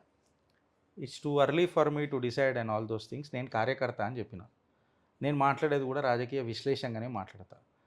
నాయకుడిని అయితమా కార్యకర్త లెక్క ఉంటామా అని అంటే, నేను కార్యకర్త లెక్క ఉండడానికి చాలా నాకు నచ్చుతుంది. దేశ ప్రధాని కూడా నేను కార్యకర్తనే, ప్రధాన సేవకుడిని అంటాడు. సో అందులో ఉన్నంత మజా ప్రోటోకాల్ ఎండ్లు చెప్పులు వేసుకొని మాట్లాడు ఇవన్నీ మనకు సమజగవు. So it's too early for me to decide anything. అంటే బయట చిత్రగుప్త ద్వారా ఫేమ్ చేసుకొని త్వరలో రాజకీయాల్లో అడుగుపెట్టి ఎన్నికల్లో పోటీ చేసి పదవులు అనుభవించాలి అనేది గిరీష్ అభిప్రాయం అనేది ఒకటి. చిత్రగుప్తుకి నాకు సంబంధం అంటే, నేను మళ్ళా చింతపండు నవీన్ లెక్క చెప్తలేను. చిత్రగుప్తు మనది, నేను మిమ్మల్ని కూడా కలుపుతున్నా. ఇది నా ప్యాషన్ ఉండొచ్చు. నా ప్యాషన్ ఓన్లీ విశ్లేషణ చెప్పుడు, ఒక అనలిస్ట్ లెక్క మాట్లాడు నా ప్యాషన్. ఈ ఛానల్ నడుపుడు నా ప్యాషన్ కాదు. ఈ డిఎన్ఏ నాది కాదు. నేను ఒక జర్నలిస్ట్ని కాలేను, ఆ థాట్ నాకు రాదు. మనం ఉన్నట్టు మాట్లాడతాం, ఇది ఇట్లా ఉన్నదని చెప్తాం. బిజినెస్లో సేల్స్ అండ్ మార్కెటింగ్ నుంచి వచ్చినా కాబట్టి దేవుడు 2 నిమిషాలు కొన్ని ఇన్స్టింక్ట్స్ ఇచ్చిండు. 2 నిమిషాలలో కొంటాడా లేదా మనల్ని సతాస్తాడా అనేది మార్కెటింగ్ స్కిల్స్ నాకు ఉన్నాయి. సో ఛానల్ నడిపే అంత కెపాసిటీ నాకు లేదు. నాకు ఇప్పుడు చూస్తున్నా లేదు, తలకాయ నొప్పులు ఉంటాయో నాకు అర్థమవుతుంది. సో ఇది ప్యాషన్తో నడుపుతున్నాం. నా భారతీయ జనతా పార్టీకి ఒక గలం కావాలి, ఓ బలం కావాలి, ఓ బలగం కావాలి. ఈ ఛానల్ ద్వారా నేను చాలామందికి దగ్గరైన, దీంతో నేను ఏం సంపాదించినా అని ఇలా మాట్లాడితే నేను చాలా దగ్గరైన. నవ్వు మీ సెకండ్ క్వశ్చన్, చిత్రగుప్తు పెట్టి ఫేమస్ అయ్యిండు గిరీష్ అని అంటే దీన్ని నేను ఏకీభవించాను. ఫేస్బుక్ నాకు ఉండే, నేను ఫేస్బుక్ నుంచి దగ్గరైన అందరికీ. నేను నార్మల్గా కూర్చొని కేసీఆర్ ఒకసారి ఏదో మాట్లాడంగానే అరే ఏం సారు ఏం మాట్లాడుతున్నావు నువ్వు అని చెప్పి నేను క్యాజువల్గా షురువు చేసిన టాపిక్ ఇక అంచెలుగా చిలికి గాలివాన అయిందని అంటారు కదా, అట్లా కంటెంపరీ ఇష్యూస్ మీద మాట్లాడడం నేర్చుకున్నా. దానికి నాకు కొంతమంది స్నేహితులు తోడైనరు, ఒక టీమ్ ఫార్మ్ అయింది. And we have become a team. ఏది ఉన్నా కానీ డేటాతో కొడదాం. నేను వేరే కంపెనీలో పనిచేసినప్పుడు కూడా నాది ఒక ఫిలాసఫీ ఉంటుండే నా టీంకి చెప్పేటప్పుడు, దేవుణ్ణి నమ్మాలి, ఆ తర్వాత నమ్మేది కేవలం డేటా, దేవుణ్ణి తర్వాత డేటా. ఈ డేటానే మిమ్మల్ని ముంగట తీసుకుపోతుంది. సో నేను ఫేస్బుక్లో మాట్లాడినప్పుడు కూడా నాకు 120 మంది అనుబంధం, వీళ్ళతో ఏదైతే కార్యకర్తలతో అనుబంధం అయిందో అది కూడా ప్యూర్లీ సబ్జెక్ట్తోనే అయింది. అది హ్యాక్ అయింది. నేను యూట్యూబ్కి రావాల్సి వచ్చింది. యూట్యూబ్కి వచ్చినప్పుడు కొత్త పేరు పెట్టుకోవాల్సి వచ్చింది, చిత్రగుప్త్ అనే పేరు పెట్టుకుని. అదొక మాధ్యమే తప్ప నేను అప్పుడు కూడా కార్యకర్తలతోనే ఉన్నా, ఈనాడు కూడా కార్యకర్తలు లేకనే ఉన్నా, ఆనాడు కూడా కాషాయ పార్టీతోనే ఉన్నా, ఈనాడు కూడా కాషాయ పార్టీతోనే ఉన్నా. నేను పుట్టిన కాషాయ పార్టీలనే, సస్తా కూడా కాషాయ పార్టీలు. గిరీష్ అనేటువంటి పార్టీలు మారాడు. ఓకే. పార్టీలు మారరు. అంటే కార్యకర్తగానే చివరిదాకా కాకుండా ఒక నాయకుడిగా కూడా గిరీష్ మారే అవకాశం ఉందా? అసలు అంటే మీకు ఆలోచన ఉందా అసలు? నేను అదే చెప్తున్నాను నవత గారు. ఇప్పుడు ఇంజినీరింగ్ చదువుతాం. ఒక స్థాయికి ఎదిగిన తర్వాత ఇంకొక స్థాయికి మనం ఎదుగుతాం. అది ఆబ్వియస్‌గా మీ ప్యాషన్ ఉంటది. మీ నడవడి ఉంటది. మీరు కంపెనీ గ్రోత్ ఉంటది. మీ ప్రాస్పెక్టస్ ఉంటది. మీ డ్రీమ్స్ ఉంటాయి. బట్ ఇక్కడ న్యాయం చేస్తే కదా అక్కడ పోవాల. సో, ఇక్కడ న్యాయం చేద్దాం. ఇప్పుడు ఈడ నేను అందుకే అంటున్నా. చిత్రగుప్త్ అనేది ఒక ప్లాట్‌ఫార్మ్ ఇప్పుడు. There should be somebody who should speak about what is happening in this country. Uncut, unedited అని చెప్పిన. అన్‌కట్, అన్‌ఎడిటెడే పోవాల. హ్మ్. ఆ న్యాచురల్ ఔరాకి వచ్చినప్పుడు నేను ఇది న్యాయం చేసిన. హ్మ్. ఇప్పుడు ఈ రూమ్‌లో నేను కూర్చొని మాట్లాడుతున్నాను అన్నప్పుడు నేను ఈ కెపాసిటీకి న్యాయం చేయాల. చేసినప్పుడు కదా నేను నెక్స్ట్ ఆలోచిస్తా. ఇప్పుడు ఇంకా నేను అది ఆలోచించలే. మీరు మాట్లాడేటప్పుడు భారతీయ జనతా పార్టీ గురించి చాలా క్లియర్‌గా చెప్పిండ్రు. భారతీయ జనతా పార్టీలో కూడా అందరూ కూడా దేశభక్తి కలిగిన వాళ్ళే ఉంటారని చెప్పలేం. హ్మ్. ప్రతి చోట కూడా కలుపు మొక్క అనేది మొలవడానికి ప్రయత్నం చేస్తూనే ఉంటది. వేరేయాల్సిన అవసరం వస్తూ ఉంటది. అలాంటి అవసరం వచ్చినప్పుడు చిత్రగుప్త ఆహ్, ఏ స్టాండ్ తీసుకుంటది? కలుపు మొక్కను వేరేసే స్థితిలో ఉంటదా?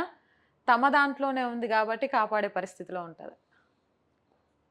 నేను ఆ పరమేశ్వరుడు భక్తుడినని చెప్తా. పరంధాముని భక్తుడినని చెప్తా. నేను పరంధాముడినని చెప్పా. సో, నేను ఆ పార్వతీ వల్లభుడు పుత్రుడిని అని చెప్పినప్పుడు నేను మనిషిని. నేను తప్పు చేస్తా. మనుషులు తప్పు చేస్తారు. తప్పులు చేసినప్పుడు నువ్వు ఏ డెసిషన్ తీసుకుంటున్నావు అన్నది important. According to me A decision is neither wrong Nar correct. Consequences decide చేస్తాయి అది కరెక్టా? రాంగా? డెసిషన్ అయితే తీసుకోవాలి. హ్మ్. ఈరోజు మనం అనుకున్నాం కలుస్తామని కలుస్తున్నాం. అది డెసిషన్. ఈ డెసిషన్ ఏడదాకా ముంగడికి తీసుకుపోతాననేది అది కాన్సిక్వెన్స్ డిసైడ్ చేస్తుంది. హ్మ్. సో, ఈ డెసిషన్ మేనేజ్మెంట్‌ని నేను ఫస్ట్ నమ్ముతా. తప్పు చేసిన వాళ్ళు హా! భారతీయ జనతా పార్టీలో ఉన్నా హా! ప్రశ్నిస్తారా? హా! Good question. ఇది నా ఇన్‌స్టింక్ట్స్‌ని క్వెషన్ చేసిర్రు. సెకండ్ ఏందనంటే ఇప్పుడు మీరు అడిగిన క్వెషన్‌కి గోడకు మచ్చ పడ్డది కదా! అని నేను ఇల్లు కూలగొట్టుకోవాలా? హ్మ్. ఇల్లు కాలబెట్టుకోను. నేను డైరెక్ట్ చెప్తున్నా. సమర్థిస్తావా గిరీష్ అని అంటే నేను సమర్థించలే. ఎన్నో కిరికిరి పంచాయతీలు నా పేరు మీద ఉన్నాయి. నువ్వు వీళ్ళని విభేదించినవు, నువ్వు అట్టెట్లా చేసినావు, నీ అవుకాదా ఇదా నన్ను ఇదే గిరీష్ దారామోని విమర్శించిన రోజులు కూడా ఉన్నాయి. ఇదే చిత్రగుప్తులా నేను విమర్శించిన రోజులు ఉన్నాయి. నా హ్యాక్ అయిన ఫేస్‌బుక్‌లో కూడా విమర్శించిన రోజులు ఉన్నాయి. నా యూట్యూబ్‌లలో కూడా గిరీష్ దారామోని అని ఇంకో ఛానల్ ఉంటది. అందులో కూడా నేను విమర్శించినయి. నేను ఏవి తీయలే. జో హై వో హై. కులే కితాబ్. Open book. సో, విమర్శించిన నేను. బట్ నేనేమంటా అంటే నా కుటుంబం అని అన్నప్పుడు నాకు కొంచెం స్వార్థం ఉంటుంది. Everybody has a right to be selfish. నేను మనిషిని, నాకు స్వార్థం ఉంటుంది. నా స్వార్థం నాకు ఈ కాషాయంలో కనిపిస్తుంది, ఈ సనాతన ధర్మంలో కనిపిస్తుంది. నాకు ఒక మోటివేషన్ అక్కర్లే. నా పుట్టుకనే నాకు మోటివేషన్. నా ధర్మమే నా ధైర్యం. నేను ఈయన్నే మాట్లాడతా. నేను కట్టర్ ఉంటా. హ్మ్. నేను ఇట్లనే ఉంటా. నీకు నచ్చకపోతే కుర్చీ మడత పెట్టుకుంటావా, నువ్వు ఏం చేసుకుంటావు నువ్వు చేసుకో, మనకు సంబంధం లేదు. గిరీష్‌ని భయపెట్టే అంశాలేంటి? ఇప్పటిదాకానైతే దేవుడి దయ వల్ల మచ్చలేని మనిషి లెక్క ఉన్నా. దేవుడు నన్ను ఇట్లనే ముంగడికి తీసుకుపోతాడని అనుకుంటున్నా. నన్ను ఒక మీరు అన్నారు కదా నాయకుడు అవుతావానని. లక్షలకు విలువల కంటే లక్షణాలకు విలువ ఉండాలని మా నాయన నేర్పిన సిద్ధాంతమే అదే ముంగడుకు పోవాలని నేను అనుకుంటున్నాను. సో, అదే కంటిన్యూ చేస్తానని అనుకుంటున్నాను. ఫ్యూచర్ నేను చూడలేను నవత గారు. సో, ఇప్పుడు నేను ఇట్లా అట్లా అని నేనేం చెప్పలేను. భయపడే అంశాలు ఏమన్నా ఉన్నాయని అంటే ఈ ప్లాట్‌ఫామ్ నుంచి నేను తప్పుదారి పట్టొద్దు. సో, అది దానికి బాధ్యుడిని కూడా నేనే. నేను వేరోళ్ళ మీదకి నువ్వు ఒక పరిస్థితుల వల్ల నేను మారినా అని చెప్పి ఈ ఈ ఫాల్తు ముచ్చట్లు నేను మాట్లాడా. నేనేమన్నా డెసిషన్ ఈజ్ ఎ డెసిషన్. అవును. నేనే చెప్పినప్పుడు నేనే దీన్ని కరెక్ట్‌గా నమ్ముతా. If you don't believe your words then don't teach philosophy. I don't have right to sit in front of you nor narrate to your channel. So, నా నడవడి నాకు భయం. నేను కరెక్ట్ డెసిషన్ తీసుకోవాలి. బాగా ప్రేమించేది? మా నాన్నని, మా అమ్మని, హ్మ్. నా కుటుంబాన్ని, దేశాన్ని, ధర్మాన్ని బాగా ప్రేమించేది అని దేశం ఆబ్వియస్లీ ఉంటుంది. అందులో ఫస్ట్ ప్రయారిటీలు ఉంటుంది. ధర్మం ఫస్ట్ ప్రయారిటీలు ఉంటుంది. నా తల్లిదండ్రులు ఎన్నడూ నాతోనే ఉండాలన్నది నాకు ఒక ఎమోషన్. నేను బ్రేక్ డౌన్ కూడా అవుతా. I cannot imagine that day. అదొకటి నాకు బాగా ఎమోషనల్‌గా అది చేస్తది. అదే తట్టుకుంటా కదా! గిదెంత అనన్న ధైర్యం నన్ను ఇగో ఇట్లా మళ్ళా ముంగడికి తీసుకొస్తది. ఓకే. గర్వంగా ఫీల్ అయ్యేది. నా ధర్మం, నా ధైర్యం, నా ఉపనిషత్స్, నా వేదాస్, నాకు నేర్పిన నా గురువులు, నా నడవడి, ఇగో నిలబడ్డ కాషాయ కండువా భుజం మీద ఉన్న కాషాయ కాండు నా ధైర్యం ఇంతకంటే మూతబరి ఏడుంటుంది. నేను డైరెక్ట్ చెప్తున్నా, మూతబరి బ్యాచ్ అని చెప్తా. మా బయోలో కూడా అదే రాసిన, మూతబరి బ్యాచ్ నాట్ ఏ జర్నలిస్ట్.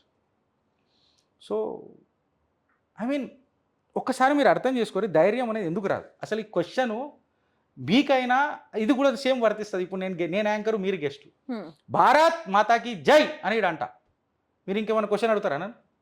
అడగం. ఇగో ఇదే ధైర్యం. నేను ఆడ గల్లీదవరంలో భారత్ మాతాకి జై అంట. అరే గిరీష్ గాని గొంతులు ఎక్కువ ఉన్నదిరా అన్న, ఎప్పుడు వచ్చినవే నడు పోదాం. ఏమైంది? ఫస్ట్ ఈ క్వశ్చన్ స్టార్ట్ అవుతుంది. ఏ పార్టీలు ఉంటుంది, ఏ సనాతన ధర్మంలో ఉంటుంది? నేను జై శ్రీరామ్ అంట, జై శ్రీరామ్. ఆడు ఎవ్వడు ఎవడన్నాడు ఏమన్నాడు ఎవ్వడు చూడాడు. ఇలా మనం ఏడున్నాము, ఎంత దిగజారిపోయినాము, మనని ఎవడెవడు ఎంత కొట్టిండు కూడా చూడరు. ఆత్మధైర్యం లేస్తుంది, ఆత్మవిశ్వాసం లేస్తుంది, ఆత్మగౌరవం పొంగుతుంది. జై శ్రీరామ్ అంటది. కాకపోతే చిన్న సవరణ చేయాలని అంటే ఇవ్వాలి. మర్యాద పురుషోత్తం రాముడు పరమప్రతిష్ఠ అయిపోయింది. ఇప్పుడు జై పరశురామ్ అనాలి, జై పరశురామ్ అనాలి. ఆడ మొదలెట్టాలి. ఆ పార్వతి వల్లభుడు పేరు స్టార్ట్ చేయాలి. హార్ర హార్ర మహాదేవ్ అని చెప్పి మొదలెట్టాలి. ఆ పినాక చేతుల ధనుష్ చేతుల పట్టాల. అది రాజ్యాంగబద్ధంగా కొడతావా ఎట్లా కొడతావా అనేది డిసైడ్ చేసి కొట్టాలి. నేను అది చెప్తా. ప్రతి మనిషికి ఒక ప్లేస్కి వెళ్ళిన తర్వాత ఓకే నేను అనుకున్న గోల్ అచీవ్ అయ్యాను, ఐఎమ్ హ్యాపీ, నేను సక్సెస్ అయ్యాను అని ఉంటుంది. మరి గిరీష్ లైఫ్లో ఆ అచీవ్మెంట్ ఏంటి? There is nothing called as a position అంటూ ఎవరికి ఉండదు నవత గారు. ఆత్మతృప్తి అయితే ఉంటుంది కదా ఎక్కడో ఒక దగ్గర. ఈ అలటికి ఆత్మతృప్తిగానే ఉన్నా, నా ప్యాషన్కి నేను ఉన్నా. రేపు ఏమవుతుంది ఇక ఆ జటాధరుడికి తెలుసు. దాని గురించి పెద్దగా మనం టెన్షన్. ఇప్పుడు దీనికి చెప్పాలనంటే జిందగీ కూడా డేటా లెక్కనే ఉంటుంది. కొత్త కొత్త డేటా వస్తూనే ఉంటుంది రోజు దిమాక్లకు. Predictive data, prescriptive data, diagnostic data అని అంటారు మా మార్కెటింగ్లో.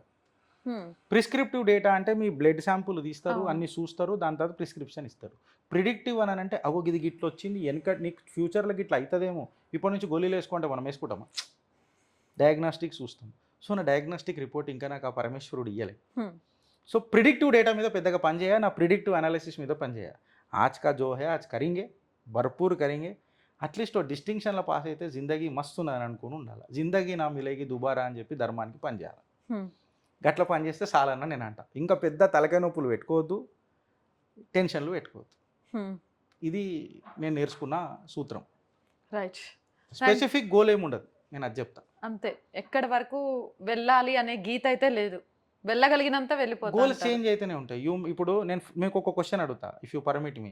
మీరు ఫస్ట్ సంపాదించిన 100 రూపాయల నోట్ మీ దగ్గర ఉందా? లేదు. లేదు. మనం దేనికోసం పని చేస్తున్నాం అంటే నోటు కోసం కాదు, ఓటు కోసం అసలే కాదు, లేదా రేవంత్ అన్నదేగా ఓటుకు నోటు కోసం అసలే కాదు. సో దేనికోసం పని చేస్తున్నాం మన సిద్ధాంతం సిస్టమేటిక్గా డిఫైన్ చేస్తుంటుంది. దీన్నే ఒక పెద్ద మనిషి ఒక మాట అన్నాడు, ఏందనంటే నీ లైఫ్లో సిస్టమ్ పెట్టుకో. System works better than a smile. నువ్వు సిస్టమేటిక్గా ఉన్నావు అంటే హస్కే కిసికు పసానా జరూరీ నే, ఆటోమేటికల్గా సిస్టమే నిన్ను బయటికి తీసుకొస్తుంది. అది సనాతనం ఎప్పుడో మాట్లాడింది. కురుక్షేత్రంలో కూడా భగవద్గీత చెప్పేటప్పుడు సారాంశంలో సిస్టంలు ఉండు కాదురా బాయ్, సిస్టంలోకి ఎందుకు పోతే గిట్లనే మళ్ళీ కుక్కసాగు వస్తావు అని చెప్పి అందరికీ సూత్రాలు ఇచ్చిండు ఆ పరంధాముడు. గది నా జీవితం. కానీ ఫైనల్గా అసలు ఆపేద్దాం అనుకొని మళ్ళీ ఫైనల్కి వచ్చినప్పుడు వచ్చింది, మీ పిల్లలతో కూడా గిట్నే మాట్లాడతారా? గిట్లనే మాట్లాడతాం, మేము ఎక్దమ్ ప్రాక్టికల్ ఉంటాం. మా చిన్నది ఇంకా పెద్ద పటాక. ఏం పొద్దున్న లేస్తే ఏంది గోలా, సిస్టమ్ అంటావు, సనాతన ధర్మం అంటావు, కొంచెం ప్రాక్టికల్గా ఆలోచించి కొంచెం లైఫ్ని ఎంజాయ్ చేద్దాం పప్ప అన్నారా? షో నేను చెప్పేటప్పుడు మీకన్నా నేను ఇల్లు గెలిచి రచ్చ గెలిచిన నవత గారు అని చెప్పిన. అవును. ధ్రువరాటి గాని వీడియోలు మా పెద్ద బిడ్డనే చూస్తుండే. ఏంది గీ చూస్తున్నావు బెట అంటే, నువ్వు అని చూసినా ఇంత ఇన్ఫర్మేటివ్ నన్ను కూర్చోబెట్టి చూపించింది. చూడాలి కదా, కన్విన్సింగ్ అని చెప్పి మీకు ఇంకొక మాట చెప్పింది. What I say I believe. చూసిన నేనేం చెప్పలే బేటా, ఇప్పుడు ఏమైంది ధ్రువరాటి చూస్తున్నా పొలిటికల్ మాట్లాడుతున్నాను, ఓకే మోడీని తిడుతున్నాడు, దేశాన్ని తిడుతున్నాడు, నాకు నచ్చతలేదు. మీకు కర్మ సిద్ధాంతం డెసిషన్ తీసుకుంది, మీకు లిబర్టీ ఉండాలి మీ డెసిషన్ తీసుకునేది. అది మంచిగా చెడా టైం డిసైడ్ చేస్తుంది, కాన్సిక్వెన్సెస్ డిసైడ్ చేస్తుంది నవత గారు. ఓకే. ఇక జర మా పెద్దదాంతో నేను జర అంత టైం స్పెండ్ చేయలేకపోయినా ఉద్యోగరీత్యా. ఈ మధ్య కొంచెం స్పెండ్ చేస్తున్నా. I miss her. అప్పట్లో నేను లేను కదా అని చెప్పి నాకు ఇప్పటికో తండ్రికి ఉన్న ఆవేదన నాకు ఉన్నది. మా నాన్న నాతో ఇప్పటికున్నాడు, నేను అంతా వాళ్ళతో లేకుండా పోయినా. బట్ మా చిన్నదంతో నేను ఉన్నా. మా చిన్నది నాకు బాగా దగ్గర నాతో ఉంటుంది. And she is totally Sanatani అంట. కంప్లీట్ సనాతని అంటే ఎప్పుడైనా అవసరం ఉన్నప్పుడు మీకు పరిచయం చేస్తా. డెఫినెట్గా you are invited to my home. మీరు చూడండి తప్పకుండా. అట్లా. మొత్తానికి ఇంట గెలిచి రచ్చ గెలవాలి అని ఇల్లు మొత్తం సనాతనం చేసేసిండ్రు. చేయాల్సిన అవసరం లేదు. డిఎన్ఏ బై ఫాల్ట్ డిఎన్ఏతోనే అయిపోయింది. Born Sanatani will die as a Sanatani అందులో డౌట్ లేదు. చెప్పినా కదా ఇప్పుడు మీకు కూడా నేను అదే క్వశ్చన్ వేసినా కదా. ఎంత డిఎన్ఏ గట్టిగా ఉంటే మీరు ఇలా నిలబడి నా ముంగట ఇంత ధైర్యంగా చేస్తున్నారు. మీరు షో స్టార్ట్ కాకముందు మీ పరిచయం కూడా నేను మా పిల్లలకు చెప్పేటప్పుడు ఒకటి సనాతని సింగం అంటారు ఆమెని, ఆమె వేసుకుంటుంది ఒక్కొక్కళ్ళని, ఎవరు ఆమె లెక్క మాట్లాడరని కూడా నేను పరిచయం చేసిన. So we respect that culture. ఆది పరాశక్తి అని చెప్పి మన సనాతనంలో అన్నాం. కాంట్రాక్ట్ అని చెప్పి మనం మాట్లాడలే. ఔరత్ అని చెప్పి మనం మాట్లాడలే. ఓ ఇక పచ్చిగా చెప్పాలనంటే it's not producing machine or baby producing machine అని చెప్పి మనం మాట్లాడలే. ఆది పరాశక్తిగా డిఫైన్ చేసిండ్రు. ఆ శ్రీకృష్ణుడు సత్యభామ గెలిపించుకొని వచ్చిన ఏమంటారు ఆ వార్లు మనం చూసినాం, గట్లాంటివి చూసినాం. ఈ పైజామా పట్టించారు మాటలకు పెద్దగా పోవద్దు. మనం చైతన్యం అయిదామంట ఫస్ట్. రైట్. మనకు తెలిసింది కంప్లీట్గా మనకు తెలిస్తే అట్లీస్ట్ ఓ డిస్టింక్షన్లో పాస్ అయితే నువ్వేం మాట్లాడుతున్నావు రా నీ చరిత్ర గీది చాలా పక్కకు జరగంటే అయిపోయాయి. అంతే. వాడికి ఆన్సర్లు ఉంటాయా? నేను కలిసి చెప్తా. గిరీష్ అన్న తర్వాత మళ్ళీ ఇద్దరు లేడీ సింగాలు సనాతన ధర్మం కోసం ముందుకు వస్తున్నారు అని వాళ్ళు రారు. They have their own life. Most probably ఇవాళ మీరు నాకు ఒక ఫ్రెండ్ లెక్క అడిగినా, మీరు ఒక చెల్లెలు లెక్క అడిగినా మీకు చెప్పాల్సింది నేను ఏందనంటే I have always set them to become an Agniveer. నా పెద్ద బిడ్డకి నేను చెప్పిన నువ్వు అగ్నివీర్ ఒకసారి ఎక్స్ప్లోర్ చేయి. ఫీజులు కట్టలేక కాదు, నీ తండ్రి కట్టలేక అని కాదు, నువ్వు ఏ కోర్స్ తీసుకున్నా నేను కడతా, బాధ్యత నేను కడతా. బట్ నువ్వు ఒకసారి ఎక్స్ప్లోర్ చేయి, అగ్నివీర్ ఎక్స్ప్లోర్ చేయి.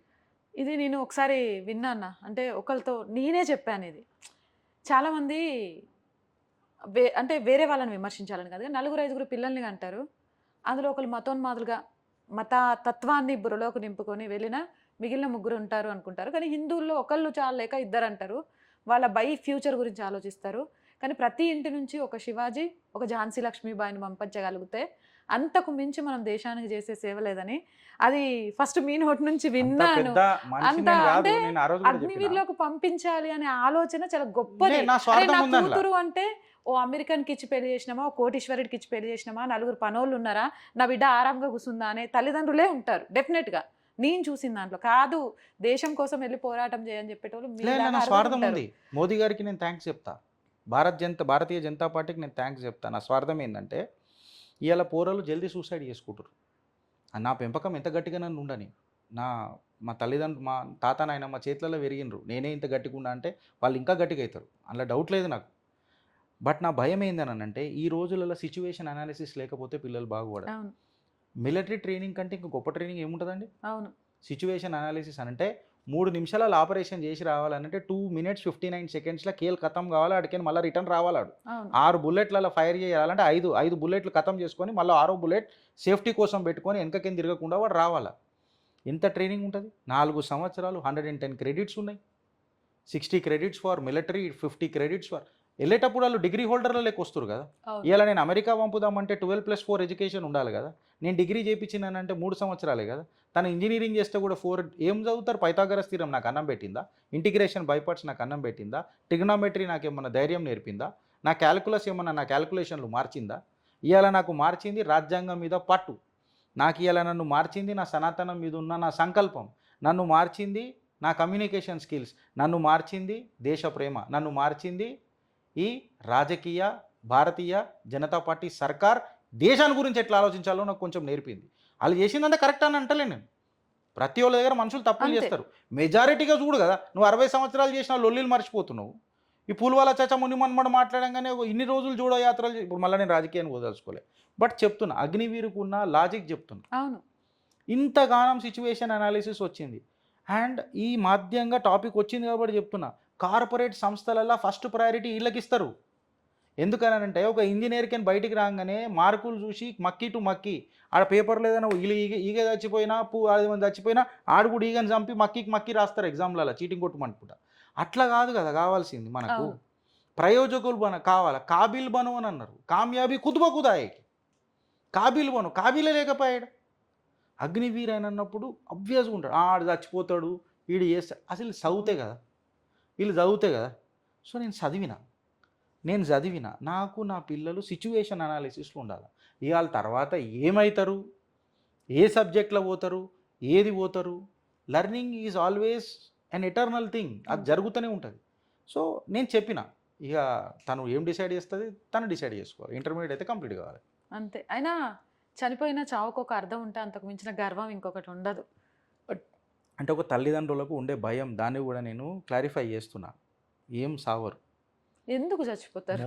భారతీయ జనతా పార్టీ ఉన్నంతసేపు బుల్లెట్ ఫైర్ చేయకుండా మన ప్రతిభ పరాక్రమం భారతదేశం చూపిస్తున్నది. ఇవాళ పాకిస్తాన్ ఆక్యుపైడ్ కాశ్మీర్లో కూడా ఇవాళ మొత్తం ఏవేవి కావాలనో అవుతాయి. అండ్ మోర్ ఓవర్ యుద్ధం అనేది జరిగితే ఈ అగ్నివీరులను ముంగట పెడతలేరు నవత గారు. అవును, సెకండ్ థర్డ్ లేయర్లో లెక్కుంటారు. అగ్నివీర్ అనగానే సీదా గన్ను పట్టుకొని పోయి సరిహద్దుల మీద ఉండు కాదు, వెనకకేని బ్యాక్ ఎండ్ స్ట్రాటజీస్ కూడా ఉంటాయి. మీ ప్రతిభ గంచుకుంటే, మీరు మీ ఆలోచన గట్టిగా ఉంటే you may be acting as something else. ఇది కూడా మిలిటరీ ఆపరేషన్సే ఉంటారు. అందులో డాక్టర్లు ఉంటారు, అందులో ఇంజనీర్లు ఉంటారు, అందులో హ్యాకర్స్ ఉంటారు, సాఫ్ట్వేర్ ప్రొఫెషనల్స్ ఉంటారు. ఇవాళ రేపు మొత్తం వార్ అంతా సైబర్ వార్లే కదా. The war has changed it's course of direction అని చెప్పి దాని కన్వెన్షనల్ వార్ ఆ చైనీస్ బుక్కుల్లో రాసిర్రు.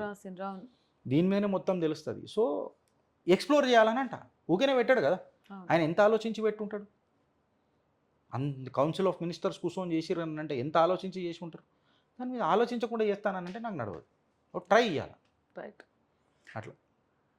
థ్యాంక్ యూ అన్న.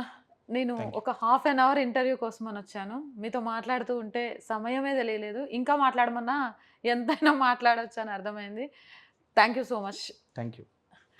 ఫైనల్గా మా ప్రేక్షకులకు ఏదైనా చెప్పాలి అనుకుంటే చెప్పచ్చు. నవత గారు సనాతన సింహం, ఖచ్చితంగా మీకు ఫాలో చేయాలా, ఫాలో చేయాలా, సబ్స్క్రైబ్ చేయాలా. And she should be given a top priority as far as Telugu states are considered. ఈ మాట నేను ఎందుకు చెప్తున్నానంటే చిత్రగుప్తు ప్లాట్ఫామ్ మీదికి రేపు కాపాడుకునే సైనికులు, కార్యకర్తలు అందరిగో వీళ్ళే. అంటే నేను చిత్రగుప్త అని అంటలేను, she's also one of the Chitragupta in the society. ఆమె కూడా చిట్టాలు ఇప్పనికే ప్రయత్నం చేస్తుంది. ఆమెకున్న లిమిటెడ్ రిసోర్స్తోని పనిచేసి ఇలా మనం అందరం కలిసి ఒక దగ్గర ఉంటేనే ఇది సెట్ అవుతుంది అని చెప్పి ఇంత రీసెర్చ్ చేసి, ఒక మహిళ అంటే ఎంత ఉంటుందో నాకు తెలుసు. ఐ మీన్ ఆబ్వియస్గా ఫ్యామిలీని చూడాలా. నేను ఒక ఎమోషనల్ మిడిల్ క్లాస్ బ్యాక్గ్రౌండ్ నుంచి వచ్చినోని. సో ఆ టైంలో కూడా ఇంత సబ్జెక్టు చదివి మీరు మీ లోపలికి ఒక చైతన్యమైన విషయం తీసుకొస్తున్నారని అంటే she definitely deserves your support, definitely deserves your ఏమంటారు మీ హెల్పింగ్ యాటిట్యూడ్ ఆమె ఖచ్చితంగా ఉండాలి. జై హింద్. మొత్తానికి చూసిండ్రు కదా చిత్రగుప్త ఛానల్ని గిరీష్ అన్న ఎందుకు పెట్టిండు, అసలు గిరీష్ అన్నకి ఎవరుండి నడిపిస్తాండ్రు, పొలిటికల్ లీడర్ అవ్వాలనుకుంటాన్రా, మోదీ జపం ఎందుకు చేస్తాడు, ఇక కొంతమందిలాగా ఛానల్ని అడ్డు పెట్టుకొని రాజకీయాల్లోకి వెళ్ళడం కోసమే చిట్టాలు పెట్టుకున్నా అనే విషయాలే మాట్లాడుతుండా. ఇవన్నీ కుల్లాం ప్రశ్నలకు కుల్లాం సమాధానాలు దొరికినాయి కదా.